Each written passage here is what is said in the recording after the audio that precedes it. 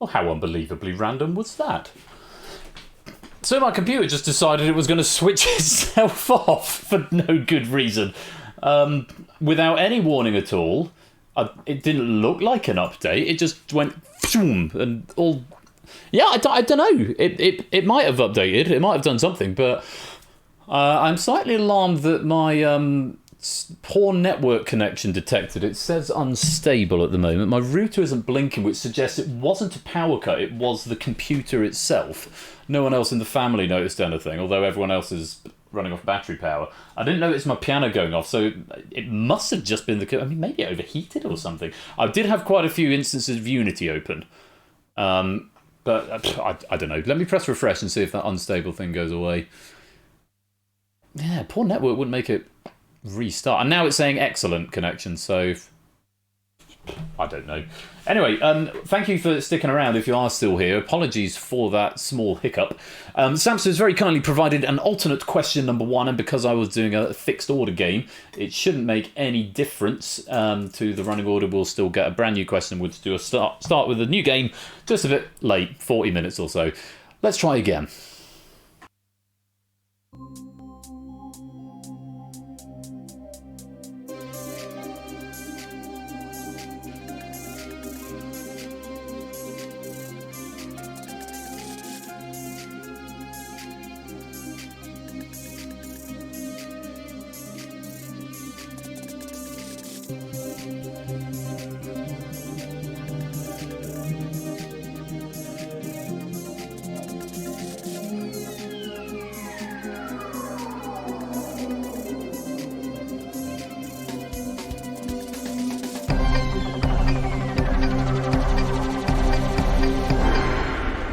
Welcome to DangerZone 2 and all the rest of it. That is all the same. Nothing else has changed in that department. Hopefully everything is now working. Let's open up the lobby and get right on with it. VCAY... No, it didn't quite work. It was almost YMCA. Come join the game. If you're a bit late, you've got a chance to join now.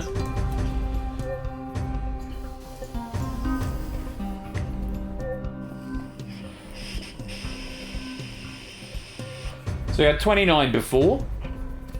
Hi Prasad, welcome. Tabstock, welcome. If I welcomed you already, then welcome again. We're now up to 28, so we're one shy of who we had before. Although I think we've got some new people in as well, so I'll give it a few seconds. So I don't want anyone to get left out if they just gone to get a cup of tea or something. We've actually got more this time. Lovely. Cheer.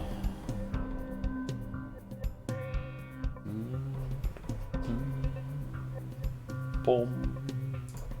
Bom, bom, bom, bom. Da-dum, dum, da-dum, dum. Right. Rules are still the same. I'll just about caught up and everything. Hopefully it won't crash again. Samson's written me a new question one, Derek, which is very, very kind of him. So, brand new game, completely restarting afresh. So if you got points last time, apologies. Technical difficulties. I'm just grateful that Samson's been able to provide a perfectly on-brand replacement question. Obviously, you haven't got any more info. You're still going to know what the round is. You're not going to know what the questions are, so you may want to still play your multipliers. There's no advantage to having seen the beginning of it to deciding whether you're going to play your multiplier or not on this round. So, we've got more players than we had before, so I'm going to take that as a good sign. We're going to lock the lobby. Now we have got an exact Danger Zone size of 6. 6 all the way with 30 players. Will leave us with just 6 in the final round. The first round is still Christmas tunes.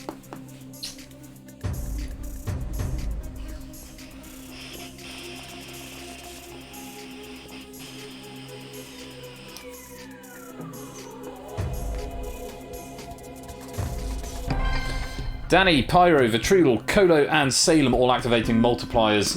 Looks like a similar makeup of people who used it last time. If you're all ready, it's Christmas tunes. Let's play Danger Zone.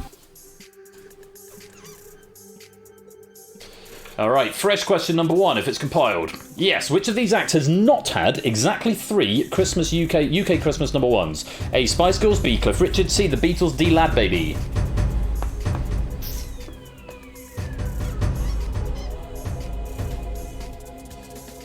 Answer from everyone. Oh, wow, okay. I thought there'd be more getting that one right. Natter was fastest, Effrontery second.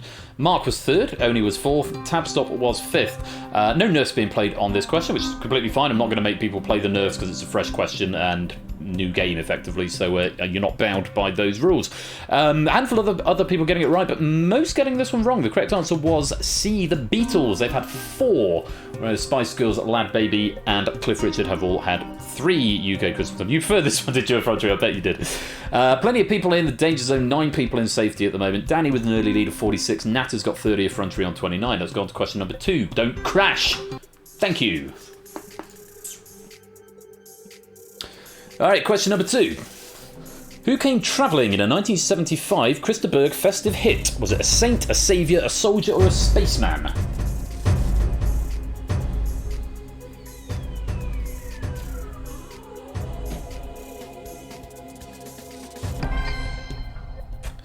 A few more people getting this one right. Let's take a look who was fastest here. Oni getting in first, Shapes was second, Toot was third, Quizzle fourth, and Lupine was fifth. Colo using his nerf on this question for the exact half rate, which would be 15 points flat rate for Colo. Yeah, the only reason I know this is because Christa Berg's greatest hits was one of the... Oh, no, it wasn't. It was Spanish Train by Christa Berg. Was one of about 5 CDs we played on loop anytime we went on holiday. And I can tell you, it is... a spaceman. Spaceman came travelling on a ship from afar. It was light years of time since his mission did start. Oni with the lead, 57. Natter's in second with 54. Toot in third with 52. Down in the danger zone, it's getting closer to a standard size. Ankmad, Zeus, Ramsey, Tadaru, Pyro, J White, Vitrudal, Carp, Cyclespace, and Derek need some points in the next 3 questions. Let's go on to question 3. I was also sung on Mrs. Brown's Boys. I wouldn't know because I would never watch that show. Personally, if you like it, fair play. Question 3. What colour is the 54 convertible requested by Eartha Kitt in her version of Santa Baby? Jet black, bright red, light blue, or hot pink? Apologies for the typo there, I should have caught that. Earth Kitt. I think it's Eartha. And yeah, a handful of people getting this one right. Who was fastest? Mark getting in first, Danny was second, Oni third, David was fourth, Shapes was fifth. Pyro choosing to nerf this question for a flat rate of 15. Santa Baby, a 54 convertible to light blue. C was the answer we were after there. Danny now with a strong lead thanks to no small part to that multiplier, 104. Oni moves into second with 85. Natter and Salem now tied for third with 78.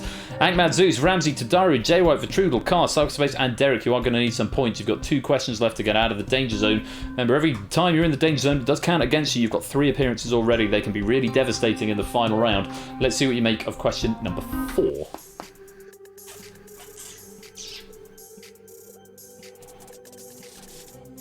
Based on A Christmas Carol, which of the following was a UK number 4 hit for Mike Oldfield? In Dulce Jubilo, in Vina Veritas, in Statu Nascendi, or in Nomine Domine?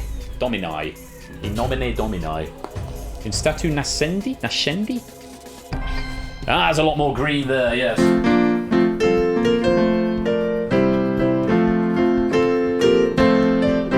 If that tells some more about...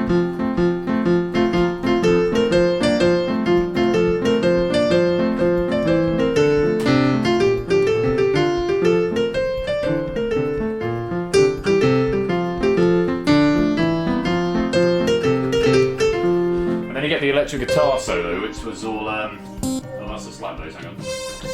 Oh, for God's sake, where's it gone?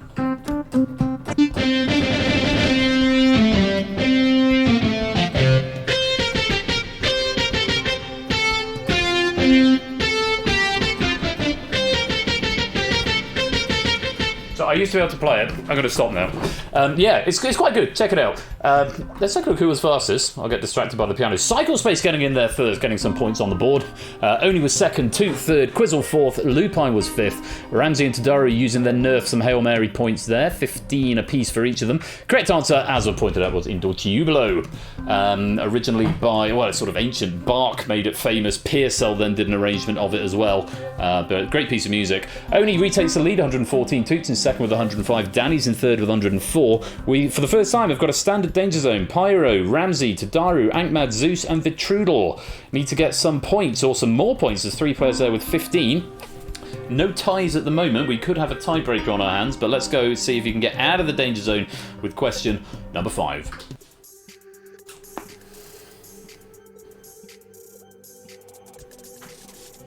Which of these words does not immediately follow Jingle Bell in Bobby Helms' seminal 1957 Christmas song Jingle Bell Rock? Swing, square, air, or chime?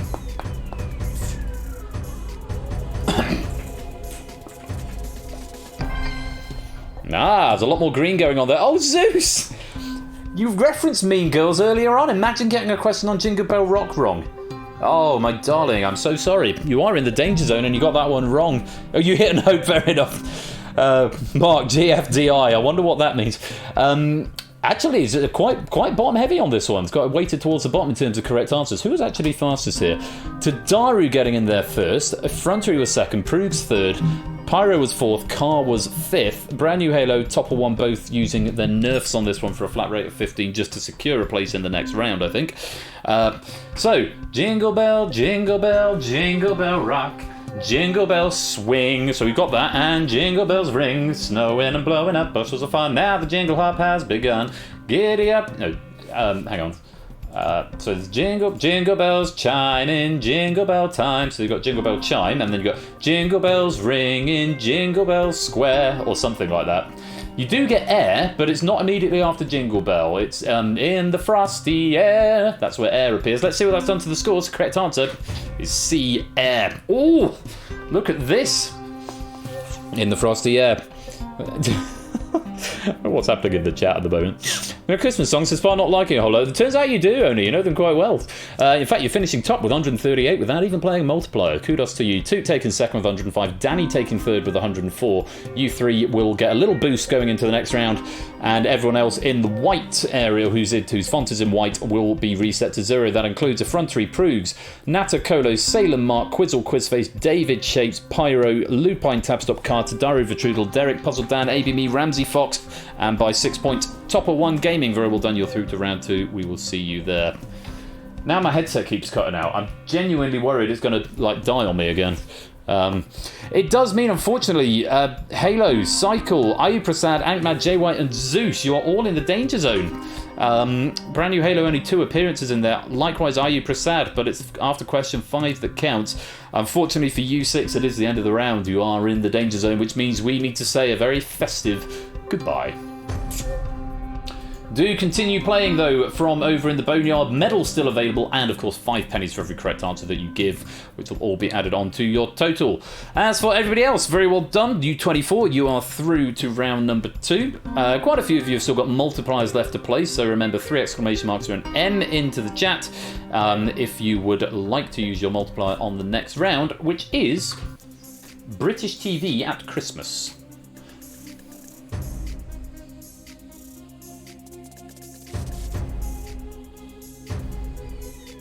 A few more multipliers coming in here.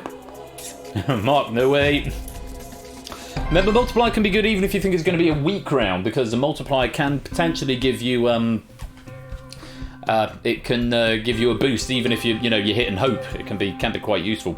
How many have we got? Ramsey, Puzzle Dan, Quizface, Proogs, and Effrontery all activating multipliers on this round. It's British TV at Christmas. You've got to be in the top 18 if you want to progress to round number 3. Wish you all the best of luck. For British TV at Christmas, here is question number 1. And remember, if you're in the Boneyard, do continue to answer, because you can get that Boneyard medal. Question 1. Which pianist played all the right notes on the 1971 Morecambe and Wise Christmas show? Was it Andre Previn, Glenn Gould, Arthur Rubinstein, or Daniel Barenboim?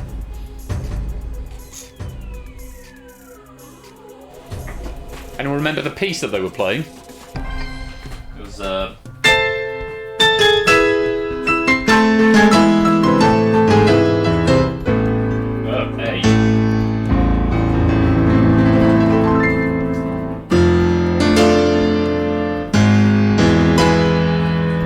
And then he sort of went.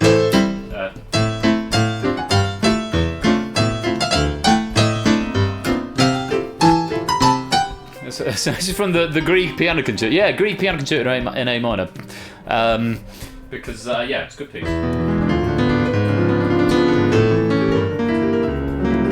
actually played bits of it. But yes, they kept calling him the wrong name as well, which was very funny. I'll say a bit more about it in a minute. Ramsey Fox getting in there first. Proves was second, only third. Shapes was fourth, and Toot was fifth. No nerfs being played on that question.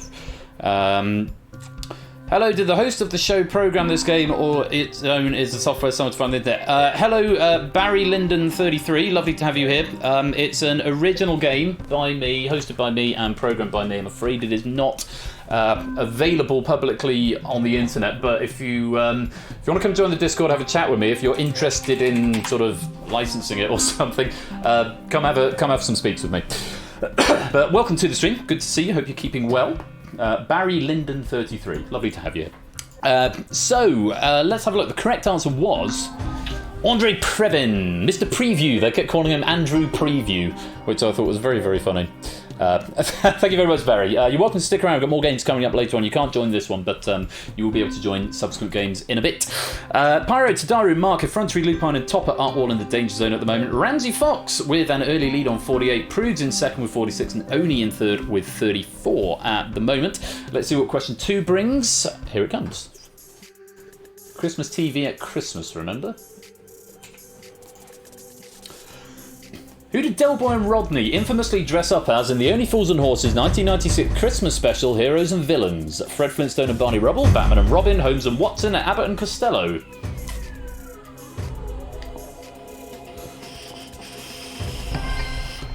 Most of us getting that one. Very, very funny episode. In fact, it's a trilogy, a Christmas trilogy from 1996. This was the first of 3. It was called Heroes and Villains, as it says right there. It went on to do Modern Men, and then what was at the time the final episode, Time on Our Hands, which I won't spoil if you haven't seen it, but absolutely banging. I think we might need to watch that this Christmas. Let's take a look how you got on. Lots of green going on there. Quizzle was fastest, Oni was second, Derek was third, Mark was fourth, Natter getting fifth. No nurse being played there. The correct answer was, of course, B, Batman and Robin. We have a tie in the danger zone. Lupine and Tabstop both on 18. Does accommodate both of you, but only one of you will be eliminated if you're both still there at the end of the round. We'll have a tiebreaker if necessary. Vitrudal, Pyro, Danny, Tadaru and Effrontery also there. Tadaru and Effrontery yet to score. At the other end, Proves with a lead of 76 with his multiplier active. Oni's in second without a multiplier. Puzzle Dan in third with 54. Still quite a way to go. 3 more questions in this round. Take a look at question number 3.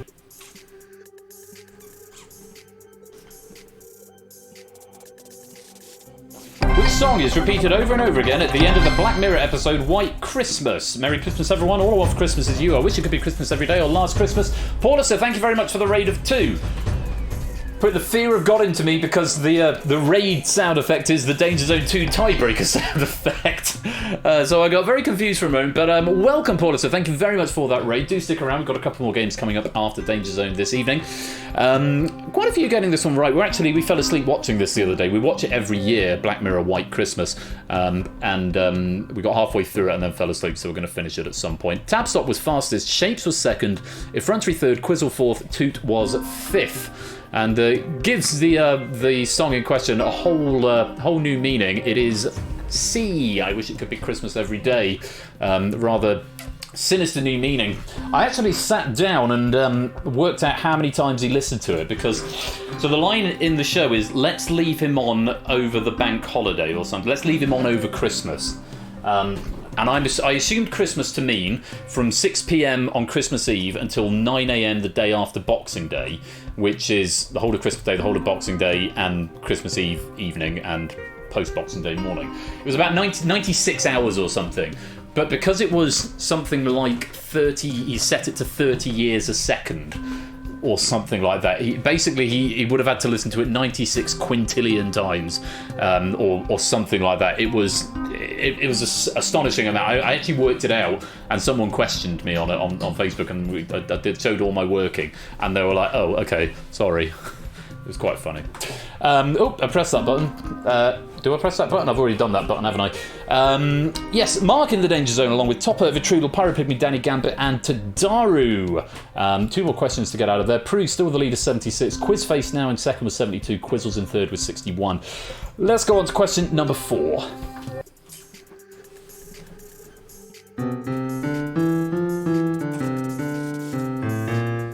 Which singer played one-off companion Astrid Peth in the 2007 Doctor Who episode Voyage of the Damned? Was it Sophie Ellis-Bextor, Charlotte Church, Catherine Jenkins or Kylie Minogue?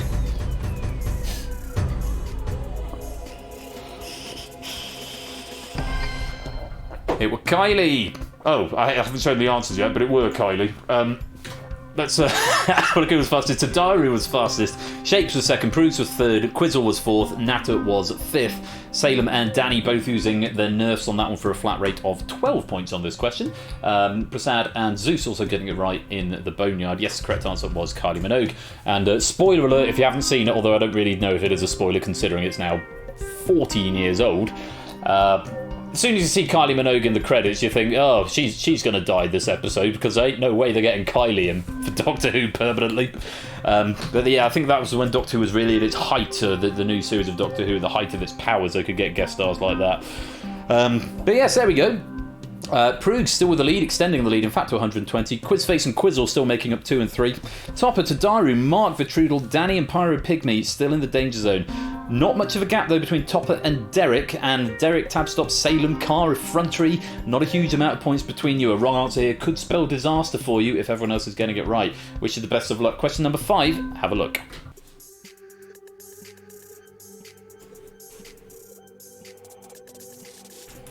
Which of these is not a real episode title of a QI Christmas special? Which of these is not a real episode title of a QI Christmas special? A. Tinsel, B. Advent, C. Noel, or D. Quizmas?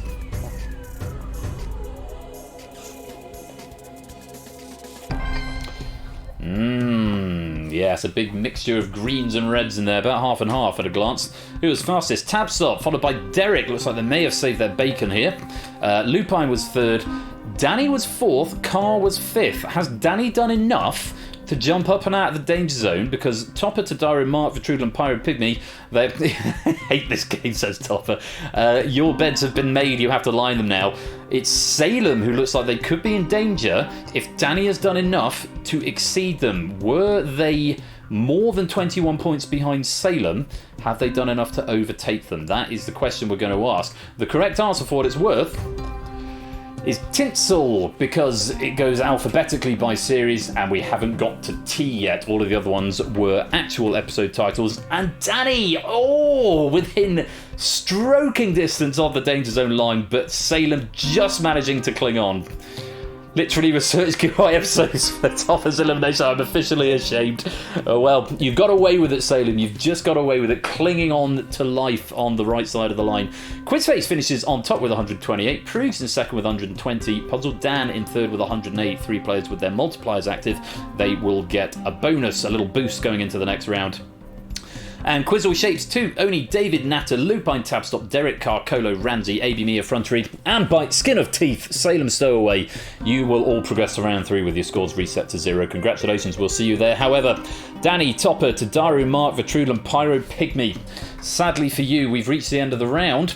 And you're below that red line. Most of you are no strangers to the Danger Zone. Danny and Mark, 4 appearances each out of potentially 10. But unfortunately, it is the end of the round. You are in the Danger Zone, which means we have to say goodbye. Though, of course, do continue answering for points and pennies over in the Boneyard game on the right-hand side. 5 pennies for every question you get, and of course that Boneyard medal is still available. Right, 18 players remain as we go to round 3. Quite a lot of you have used your multipliers, but about half, probably about half. 1, 2, 3, 4, 5, 6, 7. 1, 2, 3, 4, 5, 6, 7, 8, 9, 10. Okay, slightly under half have used multipliers. Most of you still got nerfs available as well. In this round, a nerf will be worth a flat rate of 9 points, not doubled if you play your multiplier. But if you do want to play your multiplier, it's 3 exclamation marks or an M into the chat or to the bot on the subject of Christmas in literature.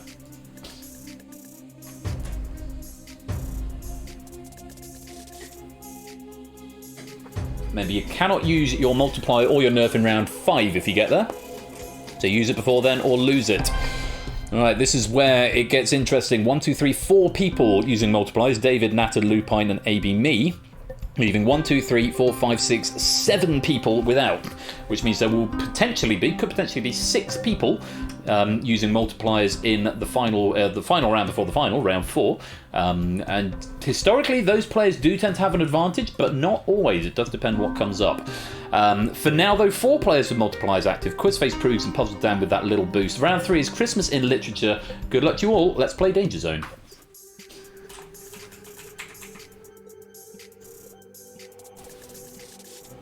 Which main character of the novel Little Women is the first awake in the grey dawn of Christmas morning? Is it Meg, Jo, Beth, or Amy?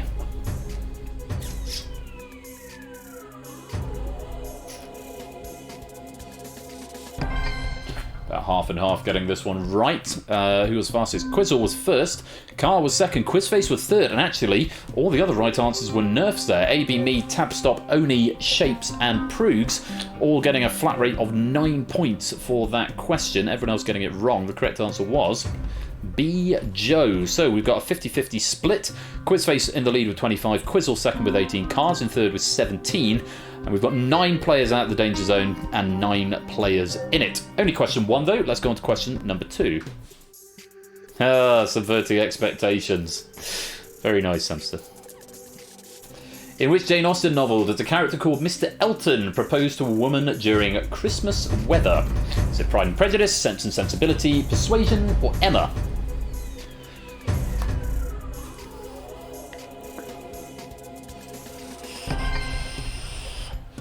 Quite a few more getting this one. Who was fastest? Oh, focus on the window. Ramsey getting in first, David was second, Salem was third, Tabstop fourth, Prugs was fifth, Lupine and Puzzle Dan both using nerfs on this one for a flat rate of 9. The correct answer was Emma. The novel was Emma. Welcome, Rifcoon. Welcome to the stream. Great to see you, my friend. Hope you're keeping well. Merry Quizmas to you. So, Quizface with a slim lead, 35. David's in second at the moment with 34. Car in third with 30. Bit of a change around. New players at the top. That's why I like this game so much. Down in the Danger Zone, we have still got a tie. Lupine, AB, Me, Cola, Natta, Effrontery, Toot, and Derek. That's 1, 2, 3, 4, 5, 6, 7 people. We can only have 6 being eliminated, so we need to try and break that tie in the next 3 questions. Let's go on to question number 3.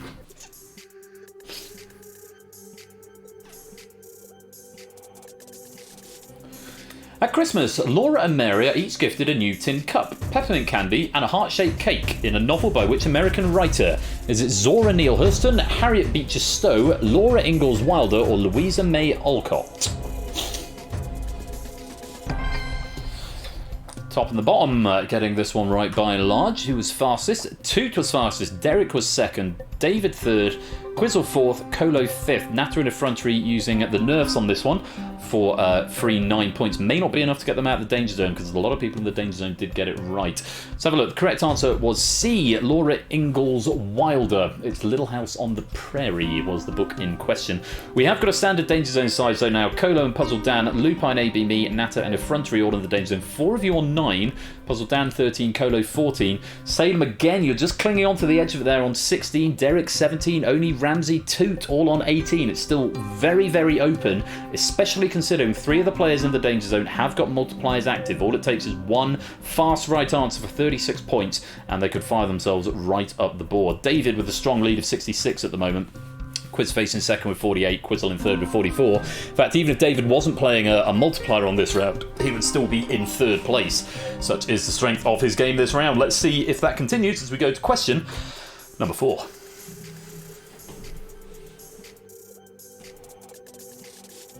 In which fictional land is it always winter but never Christmas? Is it Middle-earth, Narnia, Westeros, or Brobdingnag?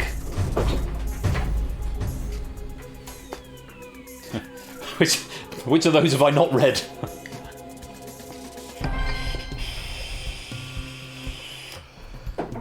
Most of us getting that one, but by no means everybody.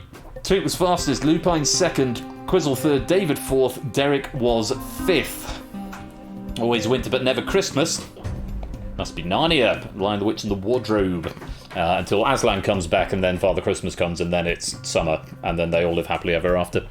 David in the lead with 96, Quizzle in second with 60, Quizface in third with 53, no changes to the positions at the top. In the danger zone, Shapes, Salem, Colo, Effrontery, Ramsey and Puzzle Dan. A few nerfs being played, a few nerfs still left on that question, after that question. Shut up, Ben, what the hell are you talking about? Let's have a look at appearances. Shapes, only second appearance in the danger zone. One question to get out, or it could be an early exit. Puzzle Dan now 3 appearances in the danger zone. Oni, Proogs and Quizzle are the only players yet to go in the danger zone.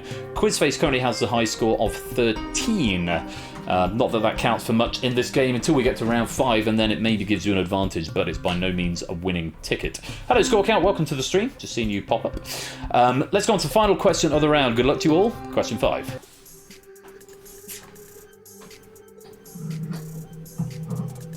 Linus, Jesus. Which of Santa's reindeer is not named in Clement Clark Moore's 1823 poem A Visit from St. Nicholas? The origin of many conceptions of Santa Claus. Is it Blitzen, Dasher, Donner or Rudolph?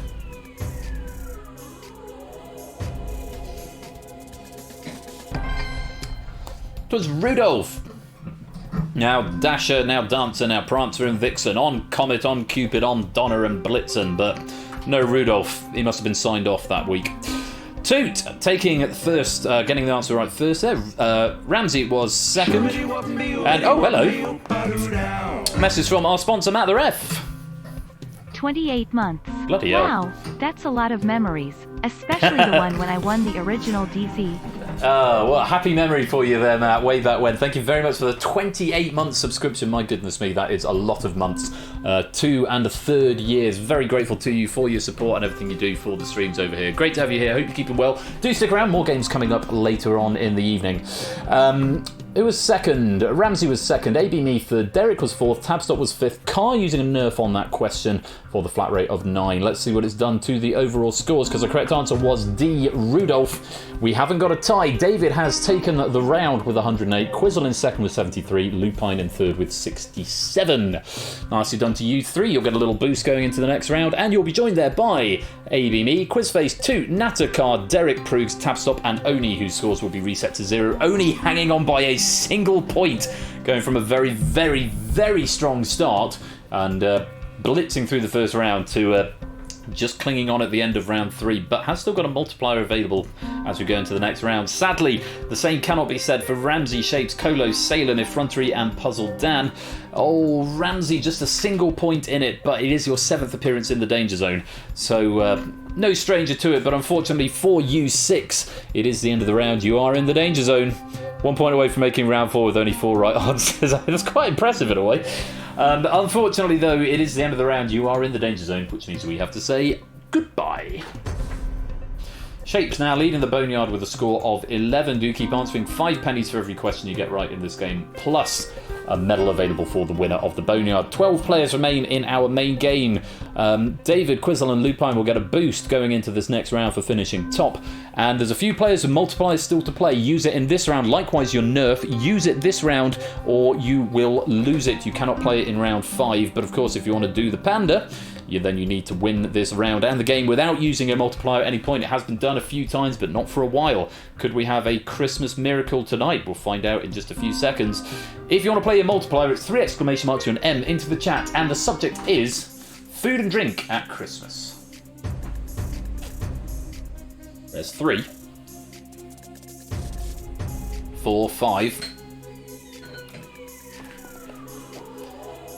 Oni, he's no pandas this week on Danger Zone, I'm afraid. All 6 players with their multipliers remaining have played them, which means we now have 6 players in round 4 with a multiplier on and 6 players without. Historically, advantage goes to players with multipliers, obviously. But of course, they're only easy if you know the answers and the questions fall in your favour and you're quick off the mark. It could make all the difference and you could still earn yourself a place in the final. It is the cement is not yet dry. 6, 4 and 3 to David, Quizzle and Lupine respectively. 12 points available per question, or 24 if you've got a multiplier active. Good luck to you all.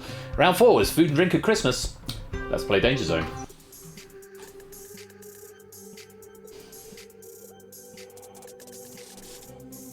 What was ranked by Britons as the champion of Christmas foods in a 2019 YouGov poll? Was it roast potatoes, pigs in blankets, Yorkshire pudding, or roast turkey?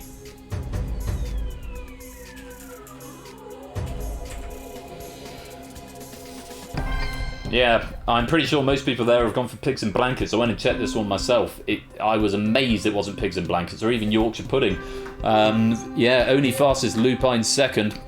Well, you can normally get... I mean, we have Yorkshire puddings because Yorkshire puddings are fucking awesome. So we always have them at Christmas, but it's not part of a traditional Christmas dinner. Pigs in blankets are, and everyone loves a pig in blanket. Yeah, don't let people vote on things. This is what happens. This is what happens with democracy. You get the wrong answer. Jesting, and it's Christmas, I'm not going to talk about politics. The correct answer was, believe it or not, roast potatoes. Won the YouGov Champion of Christmas Foods. Came down to the final two, pigs in blankets versus roast potatoes, and roast potatoes won it. Yeah, this is why we can't have nice things. Don't get me wrong, I love a roast potato, but if it's a choice between a roast potato and a pig in blanket, give me the pork any day. Give me the pig every day of the week. Yeah, well, they're sort of all year round roast dinner thing, aren't they? I don't know. Anyway, only now going from top in the first round to scraping through in round 3 to top of round 4 after question 1 on 24, Lupine on 14, David on 6, Quiz on 4, everyone else in the danger zone, but 4 of them have got multipliers active. Could make a big difference. Let's go on to question number 2.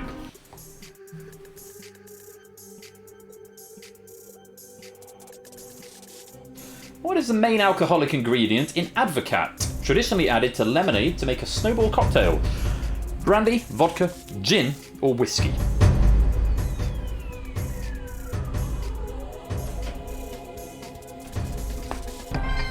I proofed this pack and I can't remember. I think it's brandy. It's got eggs in it as well, I know that. 2 was fastest here. Derek was 2nd, Prunes was 3rd, Quizzle 4th, Lupine 5th. Dave and Quizface both activating nerfs on this question for a flat rate of 6 points. It's 3 points if you don't know the answer. Or indeed, if you think everyone knows the answer and you're really late, sometimes a nerf can give you more points than it would otherwise. Yeah, a couple of different strategies there. Quite a few players in the Boneyard knowing this as well. The correct answer was... It was brandy. Good, I remembered. We've resolved the tie. We've got 6 and 6 in each half, but my God almighty, it's very close. Oni and Toot both on 24, Lupine, Quizzle and Derek all on 22. Then a bit of a gap down to Carr, who is safe for now on 14. Everyone else is in the danger zone. 12, 10, 6, 0, 0, 0. Still time to make it up. Oni, the only player, I beg your pardon, Oni and Quizzle, the only 2 players to avoid the danger zone entirely this game. Proog's now on his 2nd appearance. Quizzle and Quizface, both the quizzes have got 14 out of 17 so far.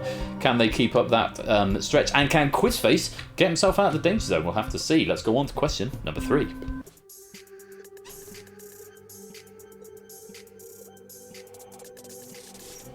It is often said that which British king was sometimes called the Pudding King because he requested plum pudding as a part of the first Christmas feast of his reign in 1714. William IV, George I, James II, or Charles II? A lot of Pavlovs on that question. Can you get into it?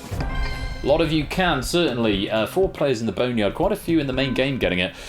2 was fastest, Proog 2nd, Tabstop 3rd, Natter 4th, Derek was 5th. Only other players to get that there was Oni getting it a little bit slower, but still getting some points. Everyone else was wrong. The correct answer was George I.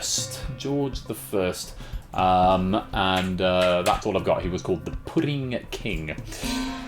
So we've still got a resolved board, though there is only a point between safety and not. Tabstop on 20, Proog's on 21, currently in safety. Lupine just a point ahead of that on 22. There is then a bit of a gap. Quizzle 34, Derek and Oni both on 38, Toot with a lead of 48 at the moment. There are 2 players outside of the danger zone who haven't got multipliers active, but Tabstop and Carr, all they need is a couple of quick answers, and it could boost them enough to get out. Of course, there's fewer points available, even with a multiplier in this round, because there's fewer players. But it's all relative, I suppose, isn't it? Let's go on. Question number 4. Take a look at this. The limit does not exist. That's the second Mean Girls reference. I'm not going to let you forget you got a Jingle Bell Rock question wrong, Zeus. Which day of the week is it most traditional for families to make a Christmas pudding? Monday, Sunday, Friday, or Saturday?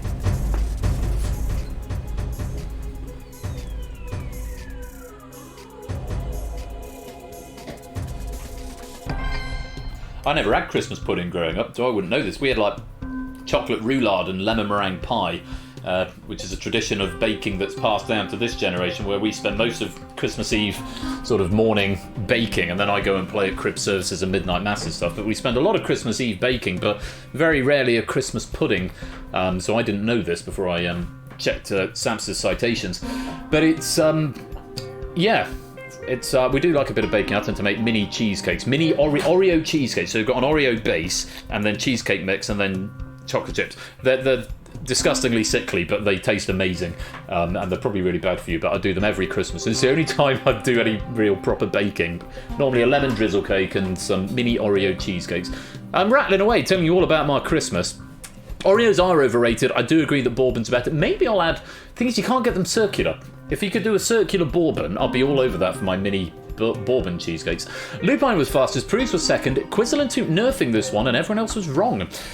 So I'm not alone in my lack of knowledge on this. Apparently the answer is B, Sunday. It's historically called Stir Up Sunday, which is the day you make a Christmas pudding. Apparently. Who knew? Are you allowed to plug your mum's cake business? You can mention your mum's cake business, Matt, by all means. You won't be able to post the link. You'll have to ask a moderator to post the link for you. But yeah, give it a little plug by all means. If you're over in Matt's direction, which I think is Farnham, Surrey, go get a cake from Matt's mum. Toot with a lead of 54. Quizzle's in second with 40. Oni's in third, tied third with Derek, both on 38. Lupine 34. Prues on 32. Still got two players in the danger zone with multipliers active, Tab, Stop and Car, but the gap has started to grow a little bit. David, Natter, Quizface, AB, Me also down there without nerves active. I mean, it's not at the point of no return yet, but it's getting pretty close. For AB, Me and Quizface, certainly at this point, I think it would be impossible for you to get above that line, maximum of 24 and 30 available for you respectively, not enough to overtake Prues. But for Natter, David, and particularly for Car and Tabstop with those multipliers, it is not over yet with one final question to go. In fact, I thought there were two questions left. There's not, there's only one, so actually, let me try that again. AB, Me and Quizface cannot get out at this point, cannot get above the line. Natter, neither can you, unfortunately. David, neither can you. You can maximum gets 24. Car, you could get 24 plus 14, which is 36. You have got a chance. Likewise, Tabstop. But it is going to come down to this question. Best of luck. Have a look at this. Like I say, Matt, you'll need to get a mod to post the link. Question 5. From which country does eggnog originate? England, United States, Canada, Australia?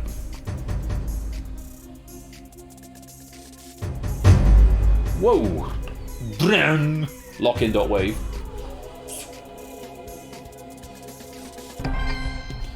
Only Oni and Derek have got the memory to go back to last year. This was a question that I put in, I think it was in my Google That pack last year for Christmas, and it was heavily caveated, so because it's very difficult to nail down, but most sources these days tend to agree on one particular nation. Oni either remembers or knew anyway, and Derek decided to nerf that one to get 6 free points. The correct answer was England. Yep, apparently eggnog was made in England. And according to Samster, we only get 30 sweet noggy days, and then the government takes it away. Yes, it does.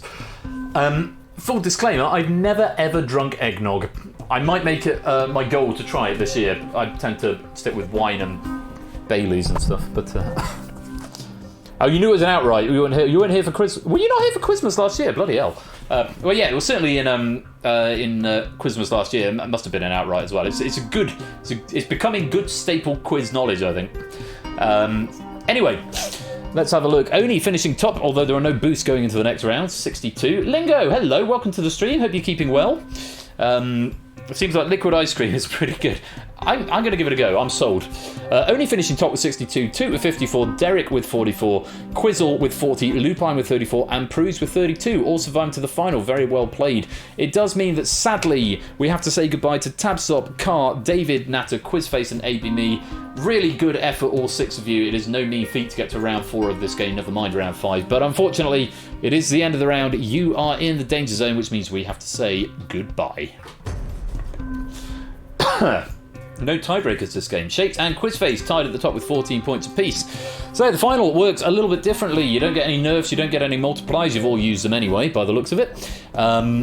And your starting score is your total number of questions minus the number of appearances in the danger zone. So Oni's going to start on 14, 14 minus 0. Toot, 13 minus 3 is going to start on 10. Derek, 10 minus 6 is going to start on 4. Quizzle, 15 minus 0. Only 2 players to avoid the danger zone entirely.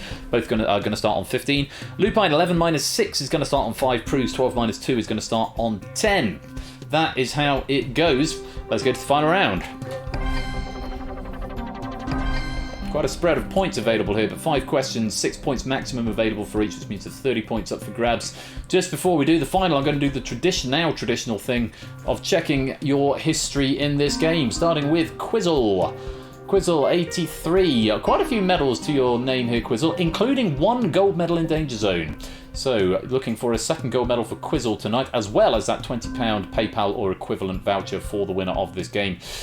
Oni, let's see how you get on. Again, quite a full medal cabinet. You've got a gold and a silver. A bronze would complete the triumvirate for you here, Oni. But of course, you're going to be looking for that gold in the first instance. But a gold and a silver already belonging to Oni. Toot is about to crash my computer as I load his medal, such is the heaviness of the data. Let's take a look and see. Very, very full medal cabinet. 3 golds, 2 silvers and 2 bronzes in this game for Toot. Another bronze medal or a silver medal would make it 3-3-2. But obviously Toot is going to be looking for that gold if he can. Proogs. Let's see how Proogs is going on. Slightly slimmer medal cabinet, but a few things in here. Spotlight gold, a risky business bronze, a danger zone boneyard, but not a gold, silver or bronze. So Proogs looking for his... I suppose his 2nd Danger Zone medal, but his first podium finish in the game. But if he can manage that, we'll have to wait and see. The Lupine one, I think, has been here before. Yes, 1 gold medal for the Lupine one in Danger Zone, as well as a handful of other golds and silvers and bronzes. Lots of risky business and red herrings. 1 of each in Google that, and a bidding war gold as well. But only 1 gold in Danger Zone 2. Lupine looking for a 2nd. And finally, let's have a look at Derek Agony and see Derek Agony's medal cabinet and how it relates to Danger Zone. Just the 1 Danger Zone gold at the moment. Bidding War silver, 3 Cryptex silvers, Pyramids deciphered, Spotlights silvers, that is the question, 2 silvers. Not many golds, so actually Derek's going to be looking to extend his gold cabinet by adding another Danger Zone 2. So, all players have had a Danger Zone win of some sort. Proogs has the only one not to have a podium finish, so he's going to be looking for his first podium finish tonight. But all of them are seasoned veterans of the Danger Zone arena, having all medalled in some capacity. £20 PayPal or equivalent to the winner of this game, gold, silver, bronze as well, plus 5 pennies for every correct answer that you give. I wish you all the very best of luck. The final round is Christmas knowledge. Let's play Danger Zone.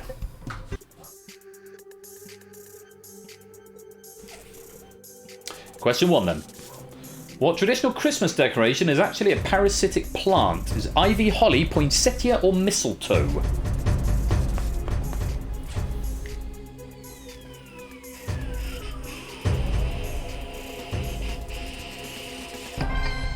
Is most people are getting that one right. I forgot I don't reveal the answers until I've revealed the order. Derek was first, Oni was second, Proogs was third, Quizzle was fourth. Toot and Lupine getting that one wrong. That is going to be making for an interesting reading in just a moment. The correct answer is the mistletoe. Yes, it's a parasitic plant. Apparently we don't like them, or we shouldn't like them. Shapes and Quizface leading the Boneyard on 15. Oni currently leading the main game with 19. Quizzle on 18. Proogs 14. Toot and Derek on 10. Lupine on 5. Let's go to question number 2. You ignore the word parasitic. That would give you some margin for error there too. Question 2. What iconic toy was invented when a Danish woodworker could not afford a Christmas gift for his daughter? Was it Lego, a troll doll, a rocking horse, or Jenga?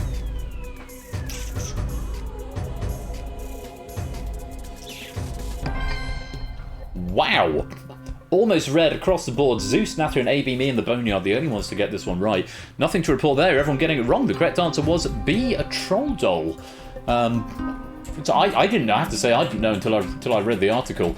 But yes, a troll doll was invented when lots of people going Jenga. Did everyone go Lego? Oh, imagine if Lego had been invented by someone who couldn't afford a Christmas present. That's worth billions and billions and billions and billions. Yeah, billions and billions and billions. So there's a video. If you look at it, just type Donald Trump says billions and billions. Not getting political, it's just a very funny video. Only then still with the lead, 19, Quizzle on 18, Proogs 14, Toot and Derek on 10, and Lupine on 5. Let's go to question number 3.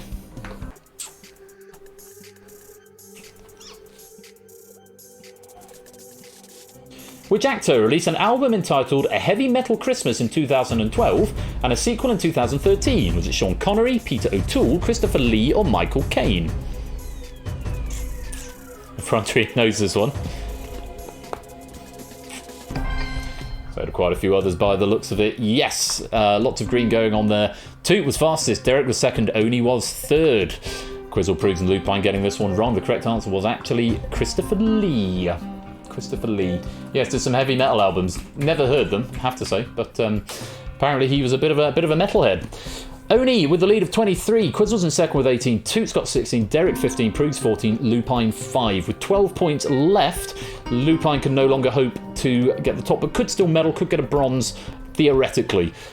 Proogs can still get a win. Everyone from Proogs up can still get a win. There's still 26 plus points available for Proogs and higher.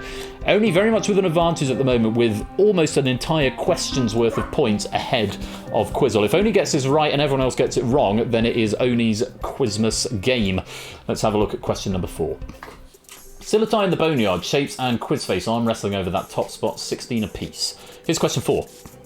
A lesser-known American Christmas tradition, which food item is sometimes hidden on a Christmas tree, with the finder receiving either a reward or good fortune for the next year? Is it a pickle, avocado, bell pepper, or asparagus? Asparagus. A bit of Alan Rickman for you there. Ooh! Lupine, the only player in the main game to get this one right, getting some points. So that scenario where you could end up with a bronze Lupine, that is the first step towards doing it. Quizface, Zeusless, Prasad, Kolo, Jay White, Pyro, and Ramsey all getting this one right over in the lobby game. Correct answer, to look at that, Lupine's the only one to get it. It's a pickle. So it's the lesser known, the Christmas pickle is what it's called. There is a citation here which I'll post into the Discord a bit later on.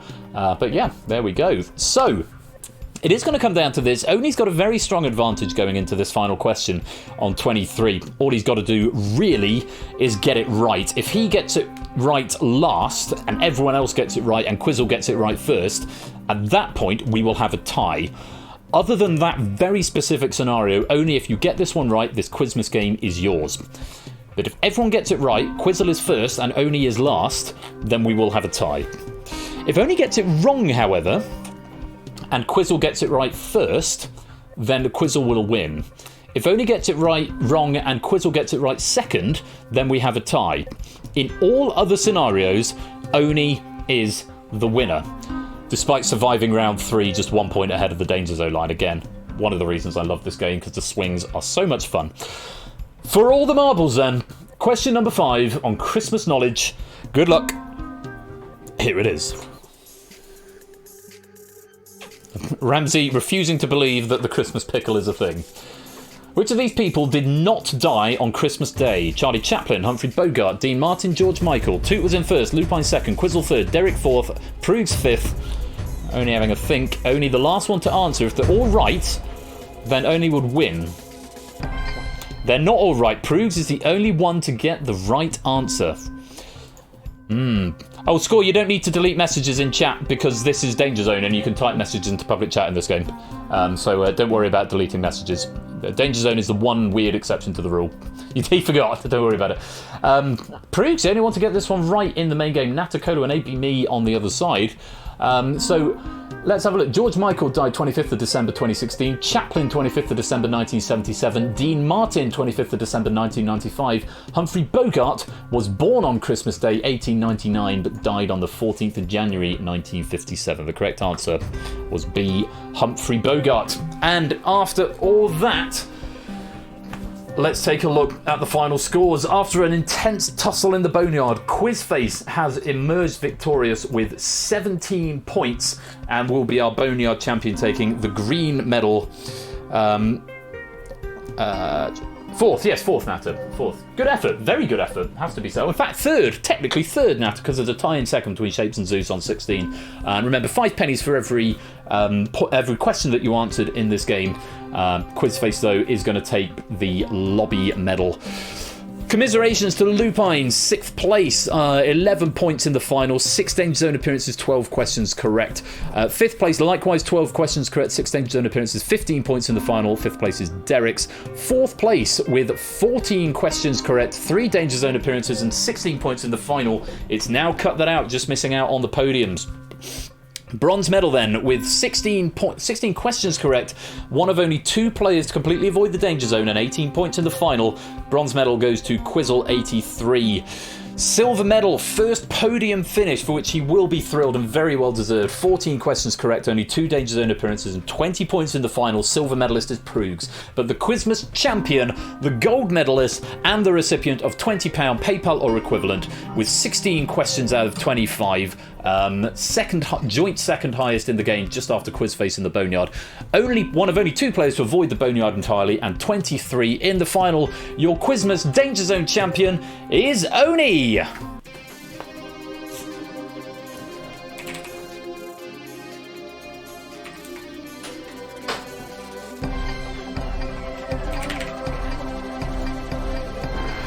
Very, very well played.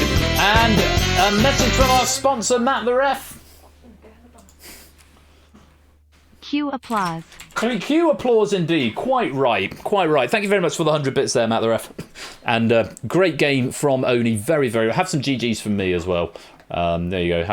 Have multiple GGs from me. And yes, Natta, you got the pupper in here. He's a very sleepy pupper. Oh yeah, we've got a pupper. Yeah, he's been up far too much today. Very sleepy. Oh, are you licking me? Do you love me? We just had a bit of a breakthrough actually, getting dinner ready.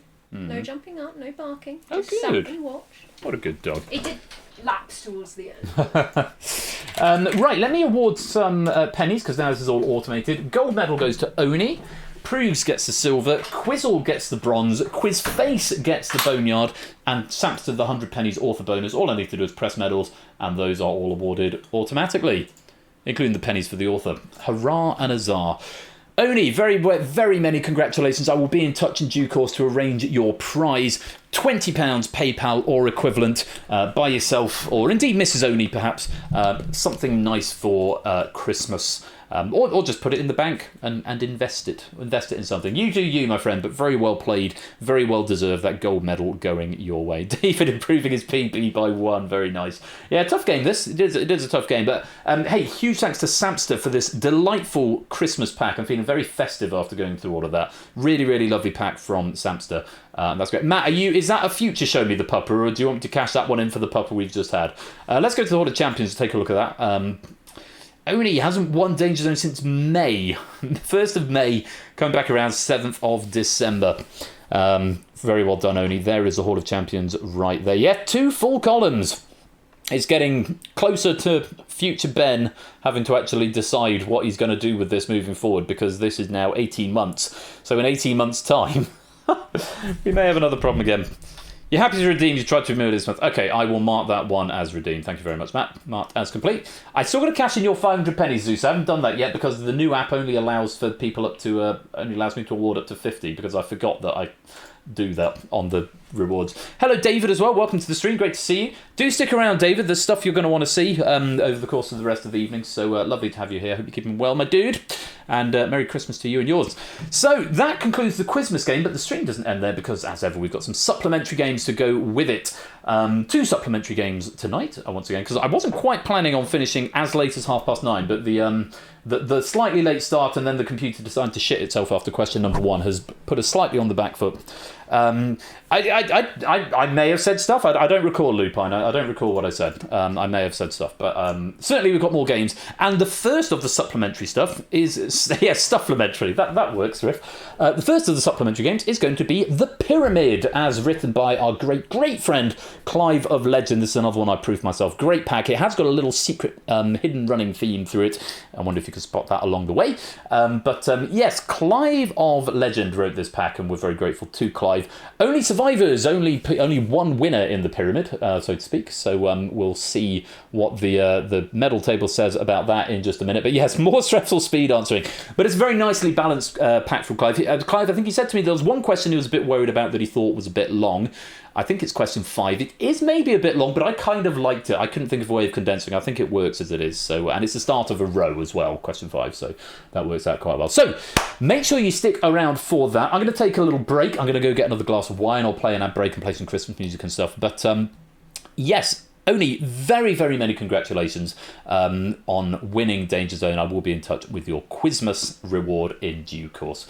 As for everybody else, including Oni as well, not just Oni, not excluding you here, Oni, but everybody else, including Oni, do stick around because after this very short break, we will be having The Pyramid, just a standard game. It's not Christmas themed. There might be 1 or 2 Christmas questions in there. We'll have to wait and see. So do stay right there. Don't touch that dial. We'll be right back in just a few short minutes.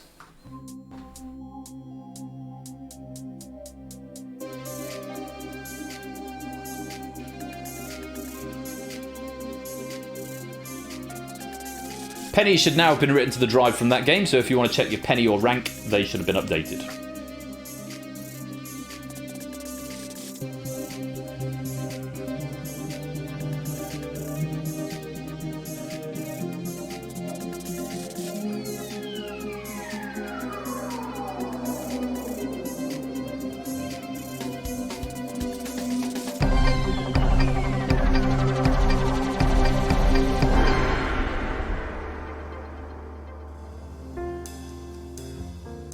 And don't go away, because in just a few short minutes' time, we will be playing The Pyramid, as written by Clive of Legend.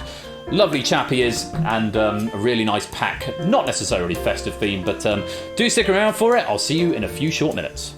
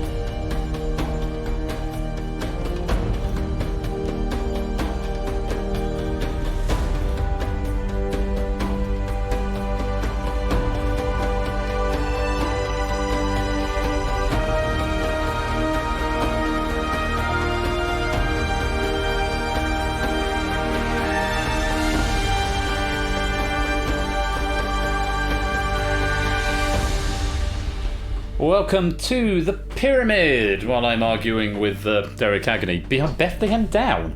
You need to listen to some more carols, Derek Agony. There's far better carols than that. Try The Little Road to Bethlehem by Michael Head. That's awesome. No Way, No Way by Mac Wilberg. Because that's really... In fact, let me find a good recording of that. In fact, it's so good, I'm going to play a little bit of it on stream. Not all of it. Just enough to give you an idea, because it's not a very well-known carol. Have you not played this one, Ramsey? That was a good game. Bit of Christmas music while we open it up. This is No Way, No Way by Mac Wilberg.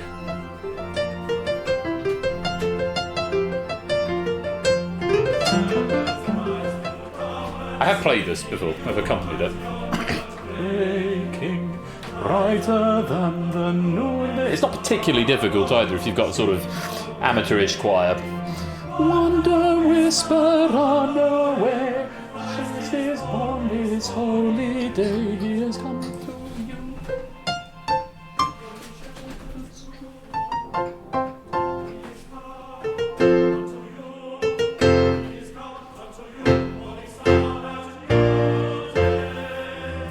Wonder whisperer, no way. It does sound like No Way, No Way. It really does. Sail away, sail away, sail away. It's a bit like that. Anyway, thought I'd share that with you. It's No Way, No Way by Matt Wilberg. Give it a listen. Showing some love for good carols that are underappreciated and underplayed. Right, time for the Pyramid. Game which has got both simultaneously the simplest and the most complicated rule set, so I'm not going to try and explain it. I'll let the instructions on screen do that. If you want to play, type in the code PSCQ. Need more sleigh bells. How about a bit of this then? While we wait. In before the whole stream gets muted. Oh, is there another New Way Home TV spot? I'll have to watch that later on.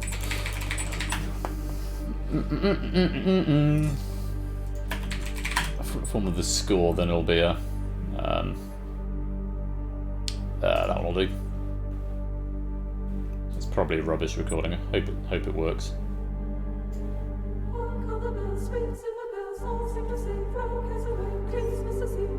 Doesn't really go with the Pyramid, does it? Hello, Liswitz, welcome to the stream, and Claire as well. Welcome on in. Good to see you.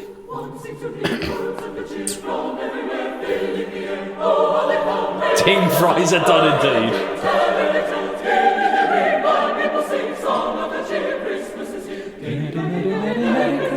Dong, dong, ding, dong, ding, dong, dong,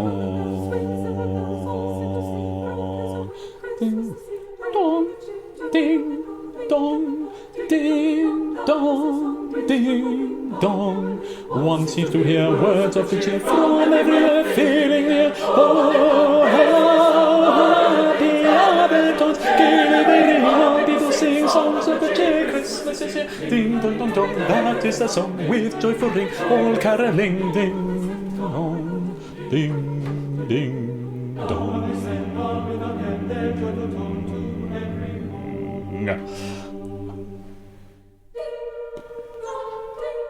Pretty seasonal choral quizzing, yeah. Oh, I'm sorry, Derek. I was doing all of the parts. I've sort of do all the parts. It's one of the ones. It isn't the same key though. This is in G minor, so it would sort of works with the Pyramid. Carol of the Bells of the Pyramid. Don't tell me to stop, cease, quit effrontery. I'm very comfortable with my own abilities. Please, sir, can I quiz some more? You can quiz lots more. Right, 9, 18, 27, minus 2. 25 players in this game. It is the Pyramid. The Bells of St. Flush. There's a really good arrangement, actually, by Voctive, who do a mashup of Carol of the Bells and Bells of Notre Dame from Hunchback, which is...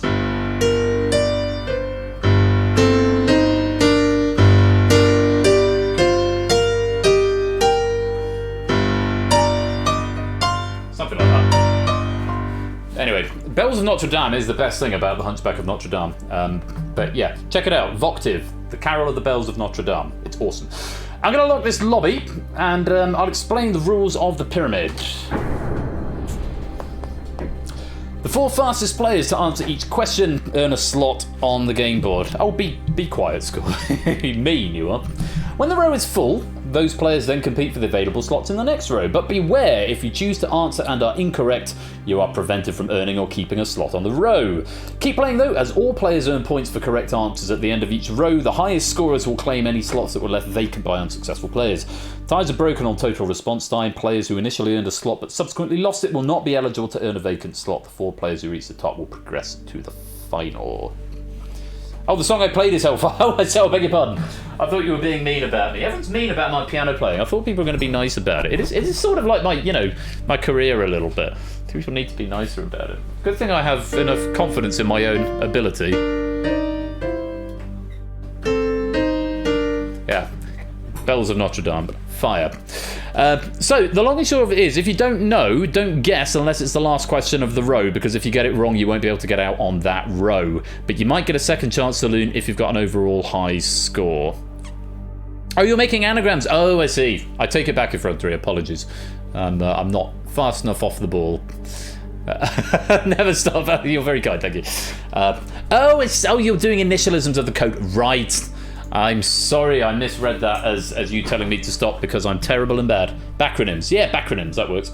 Right, everyone understand the rules? No? Fine, neither do I. Let's play.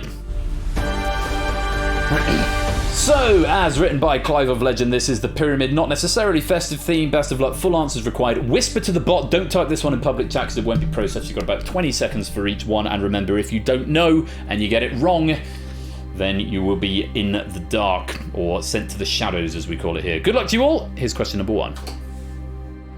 And as Persephone's Twitch bot is saying there, you should whisper the answers to her.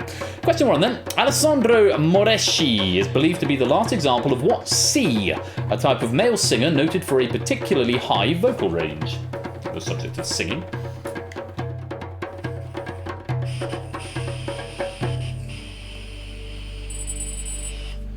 $19 players out of 25 attempting this first question. Let's take a look at the answer. A castrato, a castrati. These were people who had their knackers chopped off in order to reach the high notes. But yes, it meant that they had no balls. They were eunuchs, I think is another word that's used.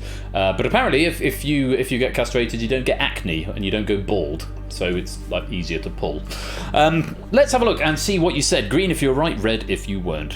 That's why Ben's not allowed on Radio 4. Aha, yes, a few people not reading the question here. Wrong answers include soprano, countertenor. No, there's still plenty of countertenors around these days. A countertenor is just a male alto, basically. Contralto and I'm assuming cantanto is the misspelling of contralto. Contralto is just the full name for an alto, which is the vocal range below soprano. But yeah, countertenor is just a male who would sing like this, who would sing the alto line in a choral part. Cathedrals often have countertenors, male altos. Countertenor again, contralto, all incorrect answers. So I'm afraid Zeus, Natter, David, Lingo, Lupine, Riff, Effrontery, and Quizzle is off to the shadows on this bold question. More than 4 getting it right though, so the fastest 4 will get a place on this bold tile. Do keep answering even if you're in the shadows though, because you can get a second chance saloon. For now, these 4 are through to the next row. Derek was first, Toon was second, Oni was third, Shapes was fourth. Very well played, you are through to the next row. Pruse, Mark, Quizface Claire, Halo, Colo, and Samster, bad luck, but better luck on the next question. You've still got your point. Let's go on to the fist bump question. What H is the discipline where lions can be rampant and red is called ghouls? I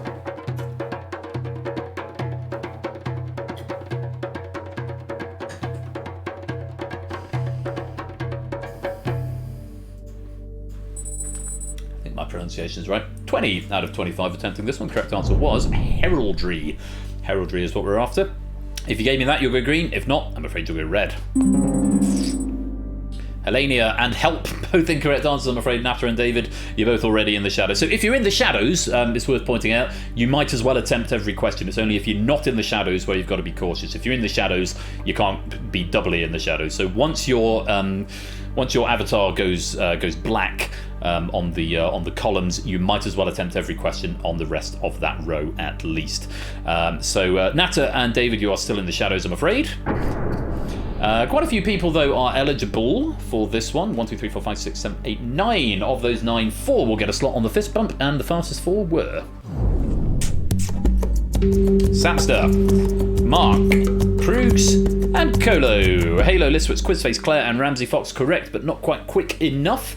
Though more people get through, the more chance you have. Word warning, once you've gone blue, you can still answer questions to get points. 1 point for every question on the first row, but beware, if you have already gone blue and you get one wrong, you are thrown off your tile, and you won't be able to get back in on this row. You'll have to wait till the next row and amass points to get a second chance saloon. So be careful. If you're through and you don't know it, it might be worth holding fire. Let's go on to the back of the hand question. Question 3. Which A chides a fellow prisoner for never having known the epic highs and lows of high school football in a season 3 episode of Riverdale?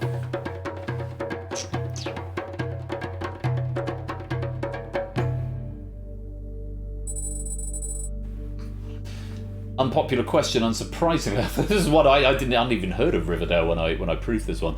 10 players attempting it. The correct answer we're after was Archie. Archie. If you gave me Archie, you'll go green. If not, you're going to go red. Alan and Lingomaniac88 was not the right answer, but worth a guess. Oh no, that's not what you said. That's just your name. Why is it not come up with your answer? Anti-disestablishmentarianism. Sam's saying Archie Bunker. Riff saying Albert, that's definitely wrong. Archie Bunker, let me have a look at my alternate answers on this. Okay, so it's Archie Andrews is the actual answer, but you have got the first name there, Samster. And our rule of thumb is definitely a different Archie. Well, the general rule of thumb is if you give the first name, it's fine. Samster is saying don't allow, so I will defer to you on this one. Too much information. I suppose you've disallowed my too much information in my buzz-off game with Bash the other week. I gave too much information. I was partially right, but I was too specific. So specific that I was wrong. And unfortunately, that's what you've done just here, Samster, so I'm not going to allow Archie Bunker as per your advice. Thank you for your integrity. And I'm afraid it's off to the shadows. So, Snaps are going red, which means a tile has been vacated, which means there'll be at least 1 second chance saloon on this row, and possibly more, because I've only seen 2 green lights here, which means Ankmad and Quizface, you're onto this row with 2 gaps. Who was fastest? Ankmad was there first, Quizface was second, and 2 blank tiles. Which means, even if you're in the shadows, there are 3 available spaces on this row. So, for the final question of this row, the Viper question, the ad question, I suppose you could call it. Oh, hello, Quizzy Dan. Thank you for the raid, my dude. Merry Christmas, or Merry Quizmas, I should say to you. How's Deal or No Deal going, Dan? Welcome, Marky V, Meredith Musing, Lewis T. Great to see you all. Welcome in. Welcome. Waterfall and Quizzy Dan himself as well, all here. Good to see you. You got your nuts crushed, my dude. I could recommend a cream for that. Welcome, you're just in time to catch the opening of the pyramid, but do stick around because there's another game coming up at the end of the night if you'd like to play. Clemson, welcome on in. Great to see you. Welcome. Single or double? Single or double what? Oh, it wasn't a question to me. So everyone might as well attempt this question unless you're already blue. If you're blue, you might want to leave it out if you don't know it. But everybody else, you might as well give this a go, because if you don't get a right answer to this, you're in the shadows anyway. So best of luck. The snake question, here it is. Oh, single or double cream. Oh, very droll, Dan, very droll. Question 4. What P has a full-scale replica in Nashville, Tennessee that houses a 42-foot tall statue of the goddess of Athena? The goddess Athena, not of Athena. Athena is a name, not a place. And yes, Meredith, there is a TARDIS in the game. Yes, and there's also a sandcrawler in the background, because I am king of the nerds. Right, let's take a look at the correct answer to this question. It is the Parthenon. Parthenon is what we're after, and if you gave me Parthenon, you'll go green. If not, you'll go red. Hello, Hologrow, welcome to the stream. Let's see, how did you do? Poseidon, Pyramid, Poseidon, all incorrect answers. Everyone else give me Parthenon or some variation thereon, so very well played. If you gave me anything other than Parthenon, I'm afraid it's off to the shadows. And again, we've only got 2 players who are eligible to get through who are green. That's Topper 1 and Ramsey Fox. So very well played. You two are going on to the Snake Tower, but in what order? Let's find out. Ramsey was first, Topper was second, and we've got 2 vacant slots. We've got another lost soul, Toot. Attempted the question and got it wrong, thus giving up his tile. But of course, maybe he's banking on the fact that he'll get a second chance saloon. But remember, because you've lost your tile, Toot, you're not eligible for this row. You're going to have to try on the next row. And a message from our sponsor, Digital David. They say of the Acropolis where the Parthenon is. See, that's how you say it, Stephen. They say of the Acropolis where the Parthenon is. They say of the Acropolis where the Parthenon is. They say of the Acropolis where the Parthenon. They say of the Acropolis where the Parthenon is. They say. I'm sorry. Just type that into. If you don't know what I'm talking about, type it into YouTube. What do they say? Jimmy Carr, Bill Bailey, Rob Brydon and Alan Davis all ripping into Stephen Fry, stumbling over his words. Fight. Oh, I love Bill Bailey. So, we've got 1, 2, 3, 4, 5, 6 Toot and Samson giving up their positions that they earned and 4 other empty tiles. So, the 6 highest scorers, and if there's a tie, it will go to the players who spent the least amount of time answering questions in total, will be added to this row. Samster and Toot, you cannot get back in on this row because you forewent your opportunity. First things first though, if you're not already in the shadows, we need to put you there now. So, second chance saloon for 6 of you. Who are they going to? Lupine, Zeus, Claire, Brand New Halo, Quizzle, and Riff. Very well done. You are through on a second chance saloon, and we have our full gamut of 16 players through to the next round. Lovely stuff. So, we move on to the next row. Every question is now worth 2 points, and again, at the end of the row, if there are any blank spaces, those with the highest scores will be selected for this row. Let's go on to the zigzag question for 2 points. Have a look at this. This is the long one. Just FYI. Which M, a charity for trans youths, was streamer H Bomber Guy fundraising when he asked sitting Congresswoman Alexandria Ocasio-Cortez if she knew how to turn on the power in Donkey Kong 64's frantic factory?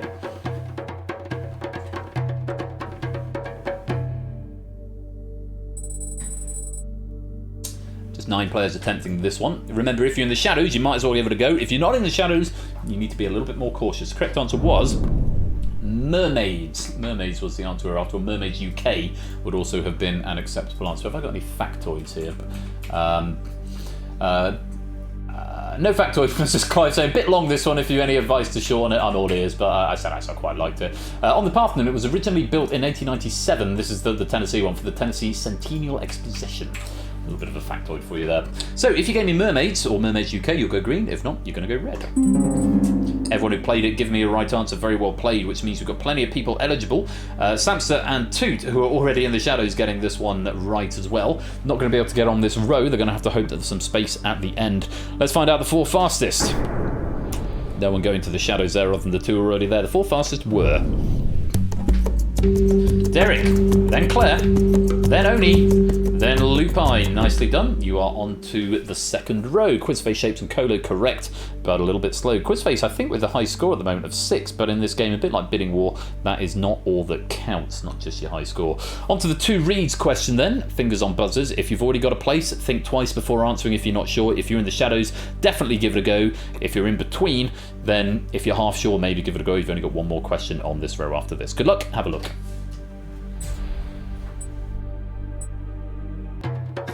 For her performance as which Royal A in The Favourite did Olivia Colman win the Academy Award for Best Actress?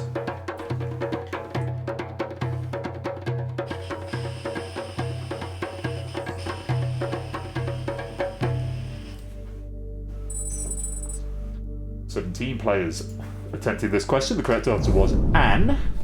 Would also have accepted Queen Anne, not Princess Anne. Different person from history. If you gave me Anne or Queen Anne, you'll go green. If not, you're going to go red. Thanks for the raid, Dan. Have a good night, my dude. Thank you very much, and take care of yourself. I'll tweet at you soon, I'm sure. Most players give me the answer Anne. David going for Alice. Not the right answer, I'm afraid. Worth a go. You're already in the shadows, but I'm afraid that is where you're going to stay. 1, 2, 3, 4, 5, 6 players giving me a correct answer and eligible for a slot on the 2 reads tile. 2 of you are going to be disappointed. Who was fastest? Quizzle, then Shapes, then Quizface, and then Zeus. Topper and Pruse, correct but not quite quick enough. One more chance on this one, so if you are a light tile, if you're in the light at the moment, you might as well attempt this one, because if you get this one wrong or abstain, you go into the shadows anyway. If you're in the shadows, you might as well give it a go. If you're blue, and you don't want to leave any gaps, then, well, if you don't know, don't answer. Let's go on. The ARM question is... Which N is the state currently represented in the US Senate by Catherine Cortez Masto and Jackie Rosen?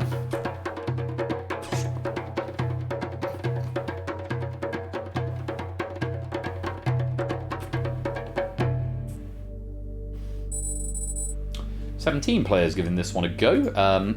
Almost everybody in the light, so if you're in the light at the moment and you didn't offer an answer, I'm afraid you will be going to the shadows after this question. The correct answer was Nevada. Nevada. Senators of Nevada. If you gave me Nevada, you'll go green. If not, I'm afraid you're going to go red. Yeah, if you're in the shadows, you might as well answer, is always the way to think about it. Ooh, lots of wrong answers. Nebraska, Nebraska, Nebraska, Nebraska, Nebraska, New York, Nebraska, New Mexico, and Nebraska. There are a lot of N states in New York, but unfortunately the one we wanted there was Nevada. If you gave me anything other than Nevada, it's off to the shadows. 1, 2, 3, 4, 5 players getting a correct answer. Oh, but Zeus has sacrificed a slot. Zeus attempting the question when he didn't need to, and he's opened up an extra slot on the previous tile, so there is going to be 1 second chance saloon and only 1 second chance saloon on this row. Toot looks in good order to receive that one with 9 points, but let's find out who's going on to the arm tile first of all. There are 5. One of you will be disappointed. The fastest answerers were Pruse, then Mark, then Colo, then Ankmad. Ramsey, disappointment for you. You were correct, but unfortunately there was not enough space on the row. Almost went Nebraska, then had to delete since I remembered something. Oh, my dude, you were so close. You did get it right. You've got the points for it, but unfortunately not enough space on the row, and so for now it's off to the shadows.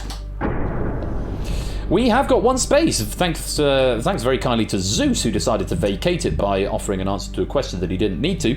And the highest scoring player will take that slot. It looks like it's Toot. Am I right? I am. Welcome back, Toot. You don't get your avatar on the front row, the bottom row, because you lost that one, but you do get back in on row number 2. Welcome back to the light side. So, we have our 12 players. They're now going to battle it out and have advantage over the 8 places available on the base clef and the chick tile. Each question is now worth 3. If you're in the shadows, you might as well give it a go. The more points you have, the more chance you have of getting back in. The base clef question then for 3 points. Have a look. We are post-watersheds, good thing. What B is the musical that opens with "There is a sucker born every minute"? I'm just going to take my hairband out because my ears hurt.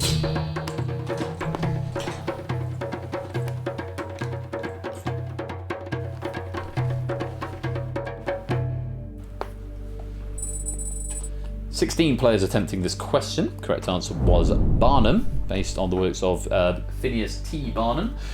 Came to the Festival Theatre in Chichester actually a few years ago. I never got to see it, but apparently it was very good. P.E.S. Barnum is the show in question. If you gave me Barnum, you're going to go green. If not, you're going to go red. A Buy, a Boston, a Broadway, and a Bohème, as in La. No, La Bohème, the modern retelling of La Bohème is Rent, I believe. Everyone else giving me Barnum, and the players who didn't give me Barnum are already in the shadows, so you can stay right there. 1, 2, 3, 4, 5, 6, 7, 8, 9 players giving me a correct answer though, and the 4 fastest will go onto the base clef tile, and they were Toot, Quizzle, Oni, and Derek. Oni, you have been the 3rd fastest on the first question of every row so far. This is quite impressive. In a way, very well done. Derek, the first time you've not been the 1st fastest on the first question of the row. You were the 4th fastest there, but just getting a space. Mark, Ankmad, Colo, Shapes, and Pruggs, unfortunately not quick enough to get a space, but you were right. You do get the points, and you've got 1 more question to earn a slot if you don't want a second chance saloon. If you are in the light, you might as well attempt this question because an abstention and you'll be off to the shadows anyway. If you're in the shadows, you might as well answer and try and get those 3 points. Let's have a look at the chick question. A condition that causes objects to appear larger or smaller than they actually are is named after which A creation of Lewis Carroll?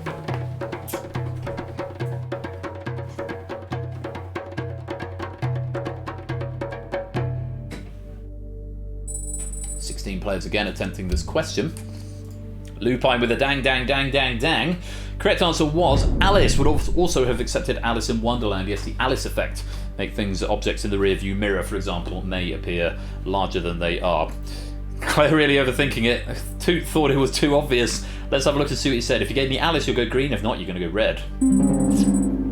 Alice, Astig, Alice, Aslan, and Alice effect.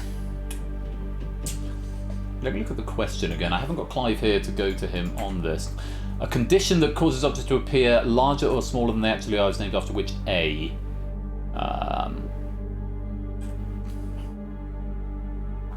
Lupine, I'm going to give that to you. And I'm going to overrule you if you say not to give it to you, on the grounds that you have got the name of the character, and I'm not going to penalise you for a slight misread of the question. You clearly understand the answer. And you've got. If I was going to accept Alice in Wonderland, I will also accept the Alice effect. So I think that is fair cop as far as I'm concerned. The Lupine one, yes, have 3 points. I'm going to press the ring-a-ding button as well because, for reasons best known to past Ben, it is on this profile of the stream deck. Aslan and Astig, however, are not right answers, I'm afraid. So if you gave me those, you're already in the shadows. Let's stay right there. So, Claire, Quizface, Mark, Lupine, Shape, Prugs and Colo, 1, 2, 3, 4, 5, 6, 7 of you battling it out for 4 places on this chick tile, which means there are no second chance saloons this time round. Let's see who was fastest. Mark, then Shapes, then Claire, then Quizface, very well played, Prugs, Colo and Lupine. Very bad luck. Unfortunately for you, there is no room at the inn. See what I do, because it's Christmas. No room at the inn for you on this occasion, which means you will be sent to the shadows, along with Ankmad, who didn't proffer an answer that time. But Prugs, and particularly Colo, with the high scores of the game at the moment, second chance saloon could be a very real thing for you if you have the high score. So do keep answering those questions, but for now, it's off to the shadows. So a few more voids appear on the lower half of the pyramid, but we've got Took, Quizzle, Oni, Derek, Mark, Shapes, Claire and Quizface now with the advantage to take one of the 4 slots on the mosaic tile. 4 points available for this, whether you're in the shadows or not. Everybody may as well attempt this question whether you're in the shadows or not. If you're still in the light, then if you abstain, you go into the shadows anyway. So even if you don't know, this one is always worth a guess for everybody in play. I wish you the best of luck. Here is the mosaic question.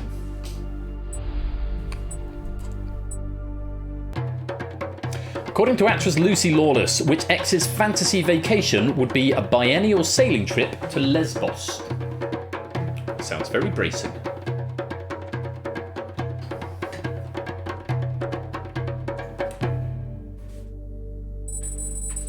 Surprisingly, the majority attempted this. 21 players giving this a go. The correct answer was Xena. Or Xena Warrior Princess would also have been accepted. If you gave me that, you'll go green. If not, you're going to go red. Xanadu, Xerxes, Xavier. I'll allow that, Derek Agony, on the grounds that the C and the X are next to each other, and we'll call that a typo. I can see what you mean, and it was an X question. It's quite clearly you didn't think it was Cena.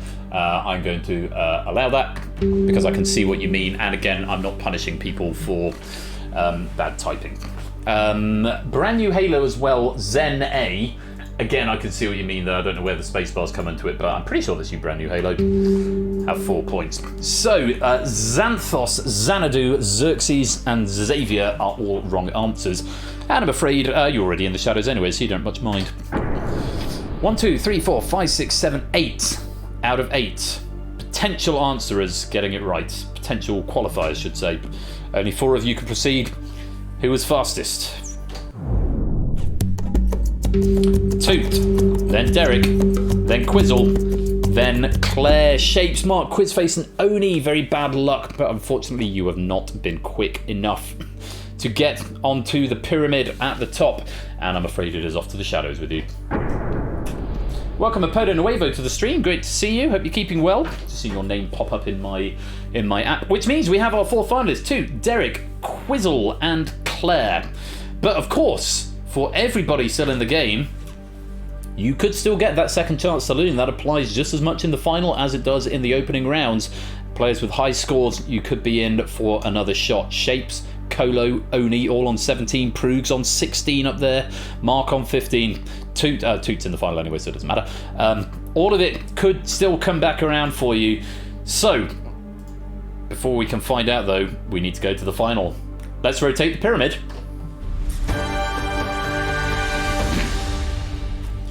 So, here we go. Toot, Derek, Claire, Quizzle. Just before we go into this, let's take a look at your medal cabinets. Derek, you have scaled the pyramid twice before. I'm only starting with you because you're already open on my screen. Toot, you have scaled the pyramid once before. Claire, you have not scaled the pyramid. Quizzle, you have not scaled the pyramid, as far as I can see, unless I looked at the wrong place for Claire, so let me double check that. No, you've won the purge, but not the pyramid, Claire. So, 2 of these players have scaled the pyramid at least once. 2 of them have not. But it could still be anybody's game. That is the nature of this final. You now have 3 tiles above you: the Horned Viper, the Lion, and the Owl. Each question is worth 5 points, and each tile now applies to 1 question. So there's 3 tiles for 1 question. The fastest 3 will take those 3 tiles. If fewer than 3 answer correctly, then there'll be an empty tile, and it will go to the highest scoring player in the wings, which might be you. You might get a second chance saloon automatically if you have a high enough score, but it's not guaranteed. I wish you the best of luck as we go to the first question of the final.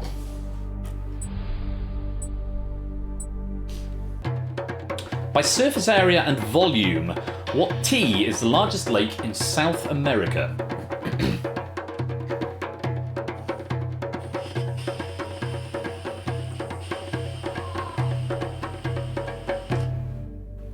There's your time. Again, 20 players attempting this one. Again, in the final, everyone might as well attempt every question. There's no penalty for being wrong other than going to the shadows, where most of you already are anyway. The answer is Titicaca. Lake Titicaca was the answer. Lake Titicaca would also have been accepted. If you gave me that, you'll go green. Yes, tee-hee-hee indeed. Yeah, hilarity ensued. If you gave me Titicaca, you'll go green. If not, you're going to go red. Territory, Riff, I'll accept that because that is what we call phonetically plausible. It's not got through the spell checker, but I can see what you mean. You can have that for 5 points.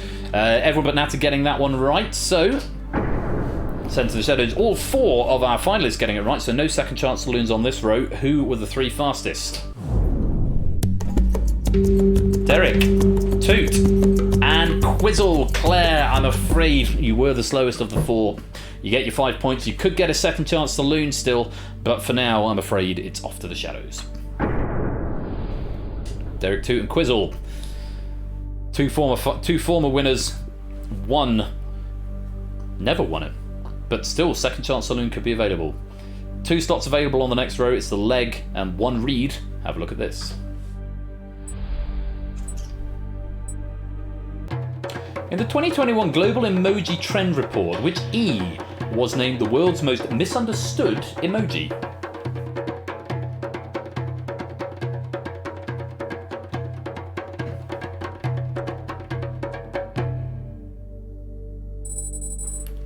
Again, 20 players attempting this. Hopefully most of us got eggplant. Let's have a look and see what is in the...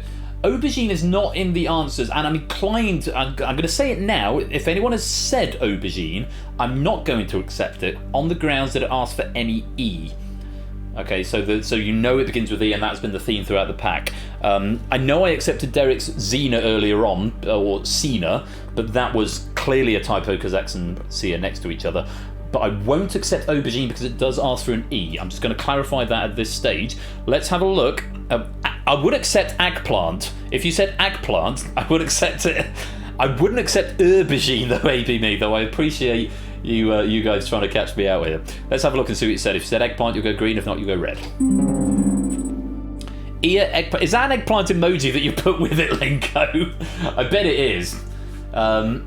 It says egg. It says you said eggplant space in my console because obviously it doesn't understand the eggplant emoji. I am going to allow that for you, Lingo. Give you some points. Oh, it was a Kappa face. Fair enough. What do you get in this game? 10 points for every 10 pennies for every question you get right. So still worth answering the questions all the same. Unfortunately, AB me ear is not the right answer. So no points for you there. Again, all three of our finalists getting it. Toot 26, Derek 23, Quizzle 24. But who were the fastest? Taking the leg and the read. It was Derek again. And Toot. Quizzle. I'm afraid it is off to the shadows with you. Not fast enough, but good game. 24 points, and I'm sure we'll get a lot of pennies to go with it. Still potentially a second chance saloon for you, but for now, into the shadows you go. So, Colo's on 27 at the moment, a massive score, the high score of the game. If Colo does a curveball and comes back and wins, if Derek and Toot both get this one wrong, that would be a Christmas excitement indeed. Also, Quizface and Claire both on 25. Quizzle not to be forgotten on 24. And even as far down as Shapes and Lupine could potentially win this on 22. On the grounds, and Oni as well, also on 22. On the grounds that if they get it right and all other players on potential scores get it wrong, they could have spent the least amount of time in the game, which is the tiebreaker metric. But advantage very firmly falling with Derek and Toot. Derek has been first on the vast majority of all these. In fact, all the way through the first round, Derek was on the first one to answer on the first question. So Derek having a very strong game here. It's all going to depend on the turn of the sperm question. For 5 points, the final question of the pyramid. Good luck.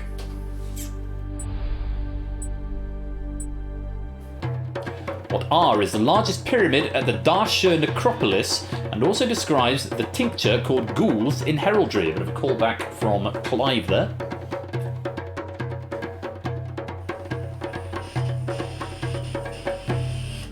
Call back to an earlier question. 22 players giving this a go, and I don't blame you. Last question of the game. Correct answer is red. Just red. What R is the largest pyramid in the Darsha necropolis, and also describes the ghouls in heraldry. Red is what we're after, and if you gave me that, you'll go green. If not, you will go red. Royal Flush, Raw, Rouge. No, because you spelled it wrong. Mark, I will accept that though, because that's just a simple typo there. Mark. Tick. Reddish and rampant. Yeah, I'm feeling festive and Christmas riff. I'll give you that. Go on. Go on, I'm feeling generous. Reddish. Rampant, Ramen, Rouge, Raw, and Royal Flush. Definitely incorrect answers. So, come down to a coin flip because both Toot and Derek have gotten it right. For everyone who got it wrong, into the shadows you go. It does come down to speed at the end of the day. Is Derek... I'm just going to check in the scene view. Was Derek actually far... Of course, it's all dark on this side. Put a light on this side. Light, point light. There we go. I stand corrected. Derek was 4th fastest on the 3rd row and 2nd fastest on the top row of the other side. So not fastest all the way through. In fact, Toot beat him on the second half of both of the pyramids. So on the first side of the pyramid, Toot beat Derek on the second two rows. Words. So, but in the final, Derek's been faster on 2, Toot has been faster on 1. It is all going to come down to this. If maths is on Toot's side, which I know Toot wouldn't mind me saying is not his favourite category, then Toot should win, and then it would be perfectly evenly if Toot was fastest on this one. Who's it going to be? Good luck.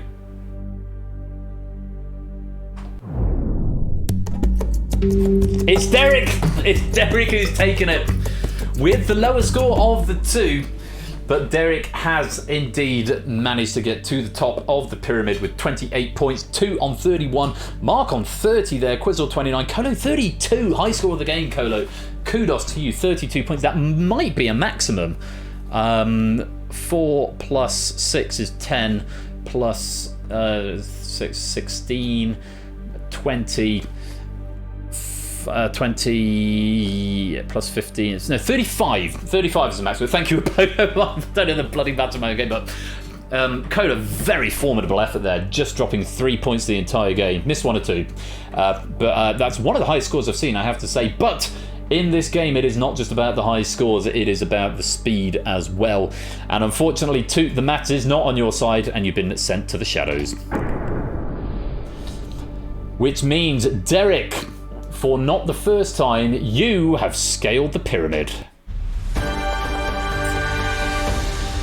Very well played, my dude, indeed. Let me just check how many that makes it for you now.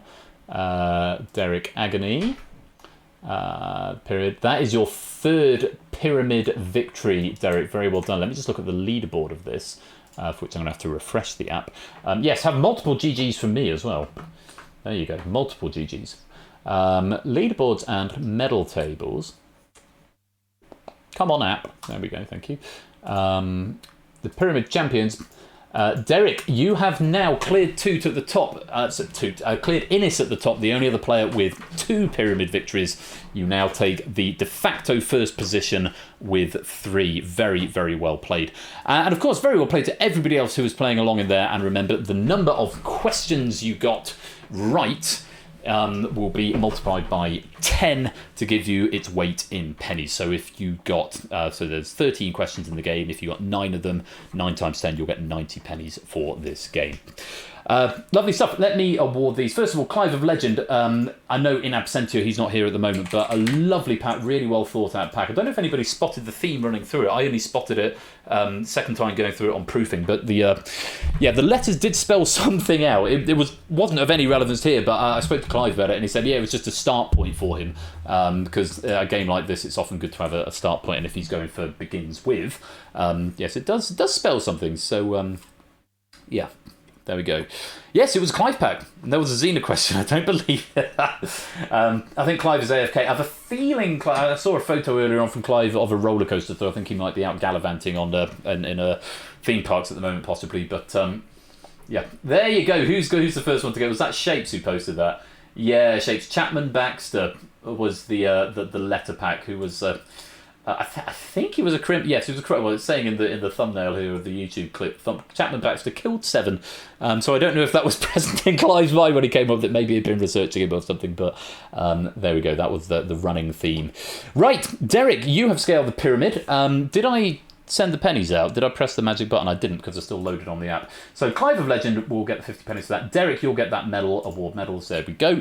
And everyone else, 10 times the number of questions you got right on the pyramid game. They'll be added when the credits roll. Thank you so much for playing.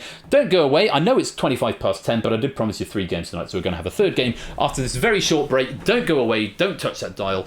We'll be right back. And congratulations to Derek. You have scaled the pyramid.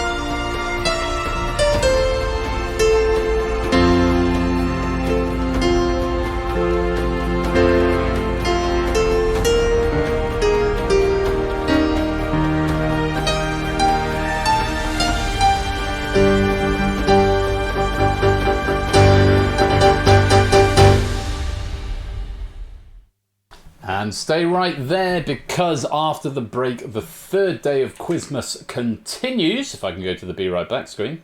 3rd day of Quizmas will continue with a final game. Don't touch that dial. We'll be back very shortly.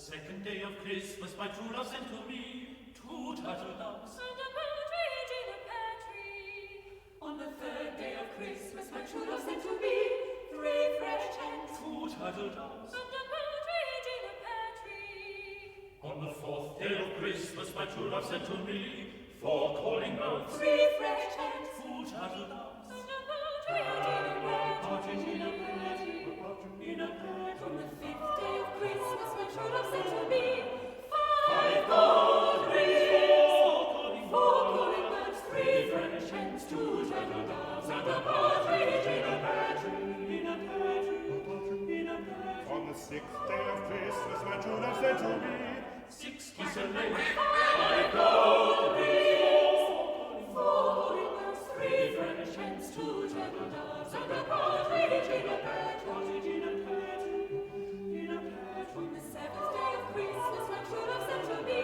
6 swans a swim, 6 geese a laying, 5 gold rings, 4 calling birds, 3 French hens, 2 turtle doves, and a partridge in a pear tree. in a pear tree, in a pear tree. On the 8th day of Christmas, my true love sent to me 8 maids a milking, 6 swans a swim, 6 geese a laying, 5 gold rings, 4 calling birds, 3 French hens, 2 turtle doves, and a partridge in a pear tree. in a pear tree, in a pear tree. On the 9th day of Christmas, my true love sent to me 9 ladies dancing, 8 maids a milking, 7 swans a swim, 6 geese a laying, 5 gold rings, 4 calling birds, 3 French hens, 2 turtle doves, and a partridge in a pear tree. in a pear tree, in a pear tree. On the 10th day of Christmas, my true love sent to me 10 drummers drumming, 9 ladies dancing, 8 maids a milking, 6 ways a swing, 6 geese a laying, 5 gold rings, 4 calling birds, 3 French hens, 2 turtle doves, and a partridge in a pear tree. On the 11th day of Christmas, my true love sent to me. 10 maids a leaping, 10 drummers drumming, 9 ladies dancing, 8 maids a milking, 6 ways a swing, 6 geese a laying, 5 gold rings, 4 calling birds, 3 French hens, 2 turtle doves, and a partridge in a pear tree. On the 12th day of Christmas, my true love sent to me. 12 candles lighting, 11 maids a leaping, 10 drummers drumming, 9 ladies dancing, 8 maids a milking, 6 ways a swing, 6 geese a laying, 5 gold rings, 4 calling birds, 3 French hens, 2 turtle doves, and a partridge in a pear tree. and a partridge in a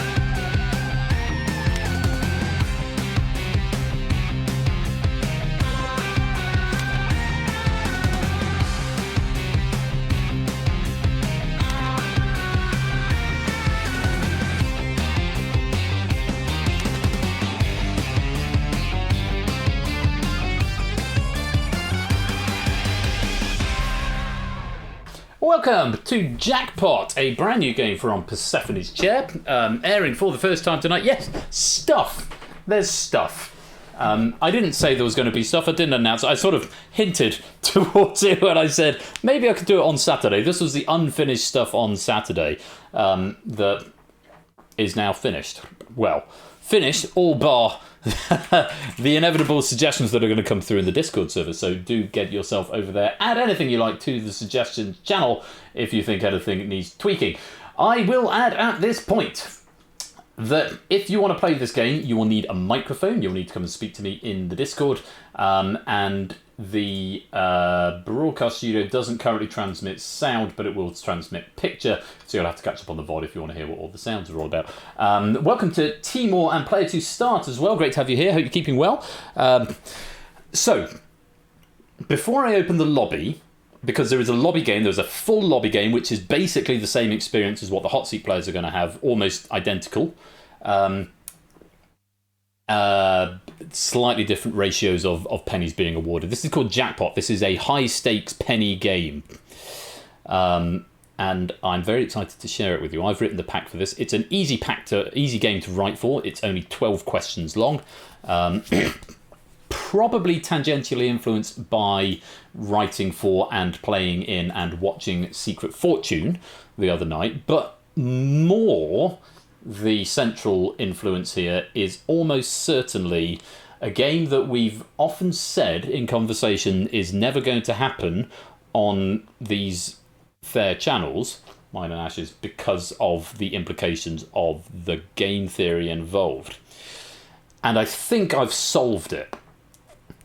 And what Jackpot is my own twist on a quiz version. You've got it, Lupine. Golden balls. Yeah. I think I've solved the problem with... I did get clearance from Score. Score's credited as creative consultant on this. I've gone past him on this. It's my own version of Golden Balls, which I think solves the problem with greed is the winner in the final round, and also makes it a quiz game that's also an easy game to write for, that has a hot seat focus, but has a lobby game that can play along with it. So that's the premise. That's what I went in on. I've changed, obviously, the music up. I've done some modelling, as you can see, because the text is 3D, which is quite exciting. there is a lobby game. There's a full lobby game, and there are lots and lots of pennies that can be won. I will add at the front of this stream, there is obviously an element of luck in this game as well as skill, but it is more skill than there was in the original Golden Balls.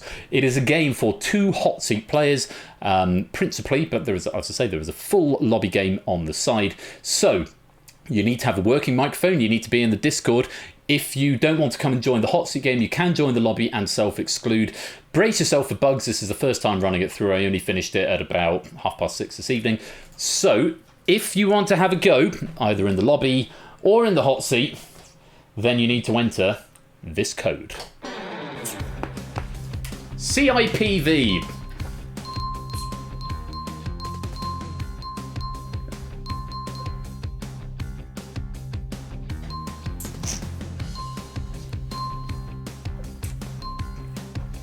So you go red if you're excluded, but welcome Bass Ackwards, welcome to you. Good to see you. 1, 2, 3, 4, 5, 6, 7, 8, 9, 10, 11, 12, 13, 14, 15, 16, 17, 18, 19, 20, 21, 22, 23, 24 is a good start. So come join the game if you want to play. You will be added to the exclusion list if you turn yourself red, but like I say, if you want to come and be in, if you just want to play the lobby game, just exclude. It's basically the same experience, you just, I'll explain it once I get the hot seat players into the game. But if you want to be in the hot seat, then just type in the code.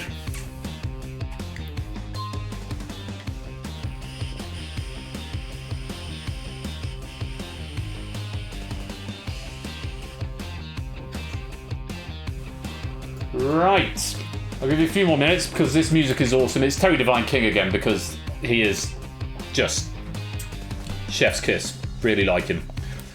Does some really good stuff. I use his music quite a lot. So, yeah. Okay, I'll give you another 30 seconds. Yeah, Terry Divine King, he is awesome. He is really, really good. A few more seconds to come and get yourselves into the lobby if you want to play. Remember, you need to be in the Discord with a microphone if you would like to be in the hot seat game here.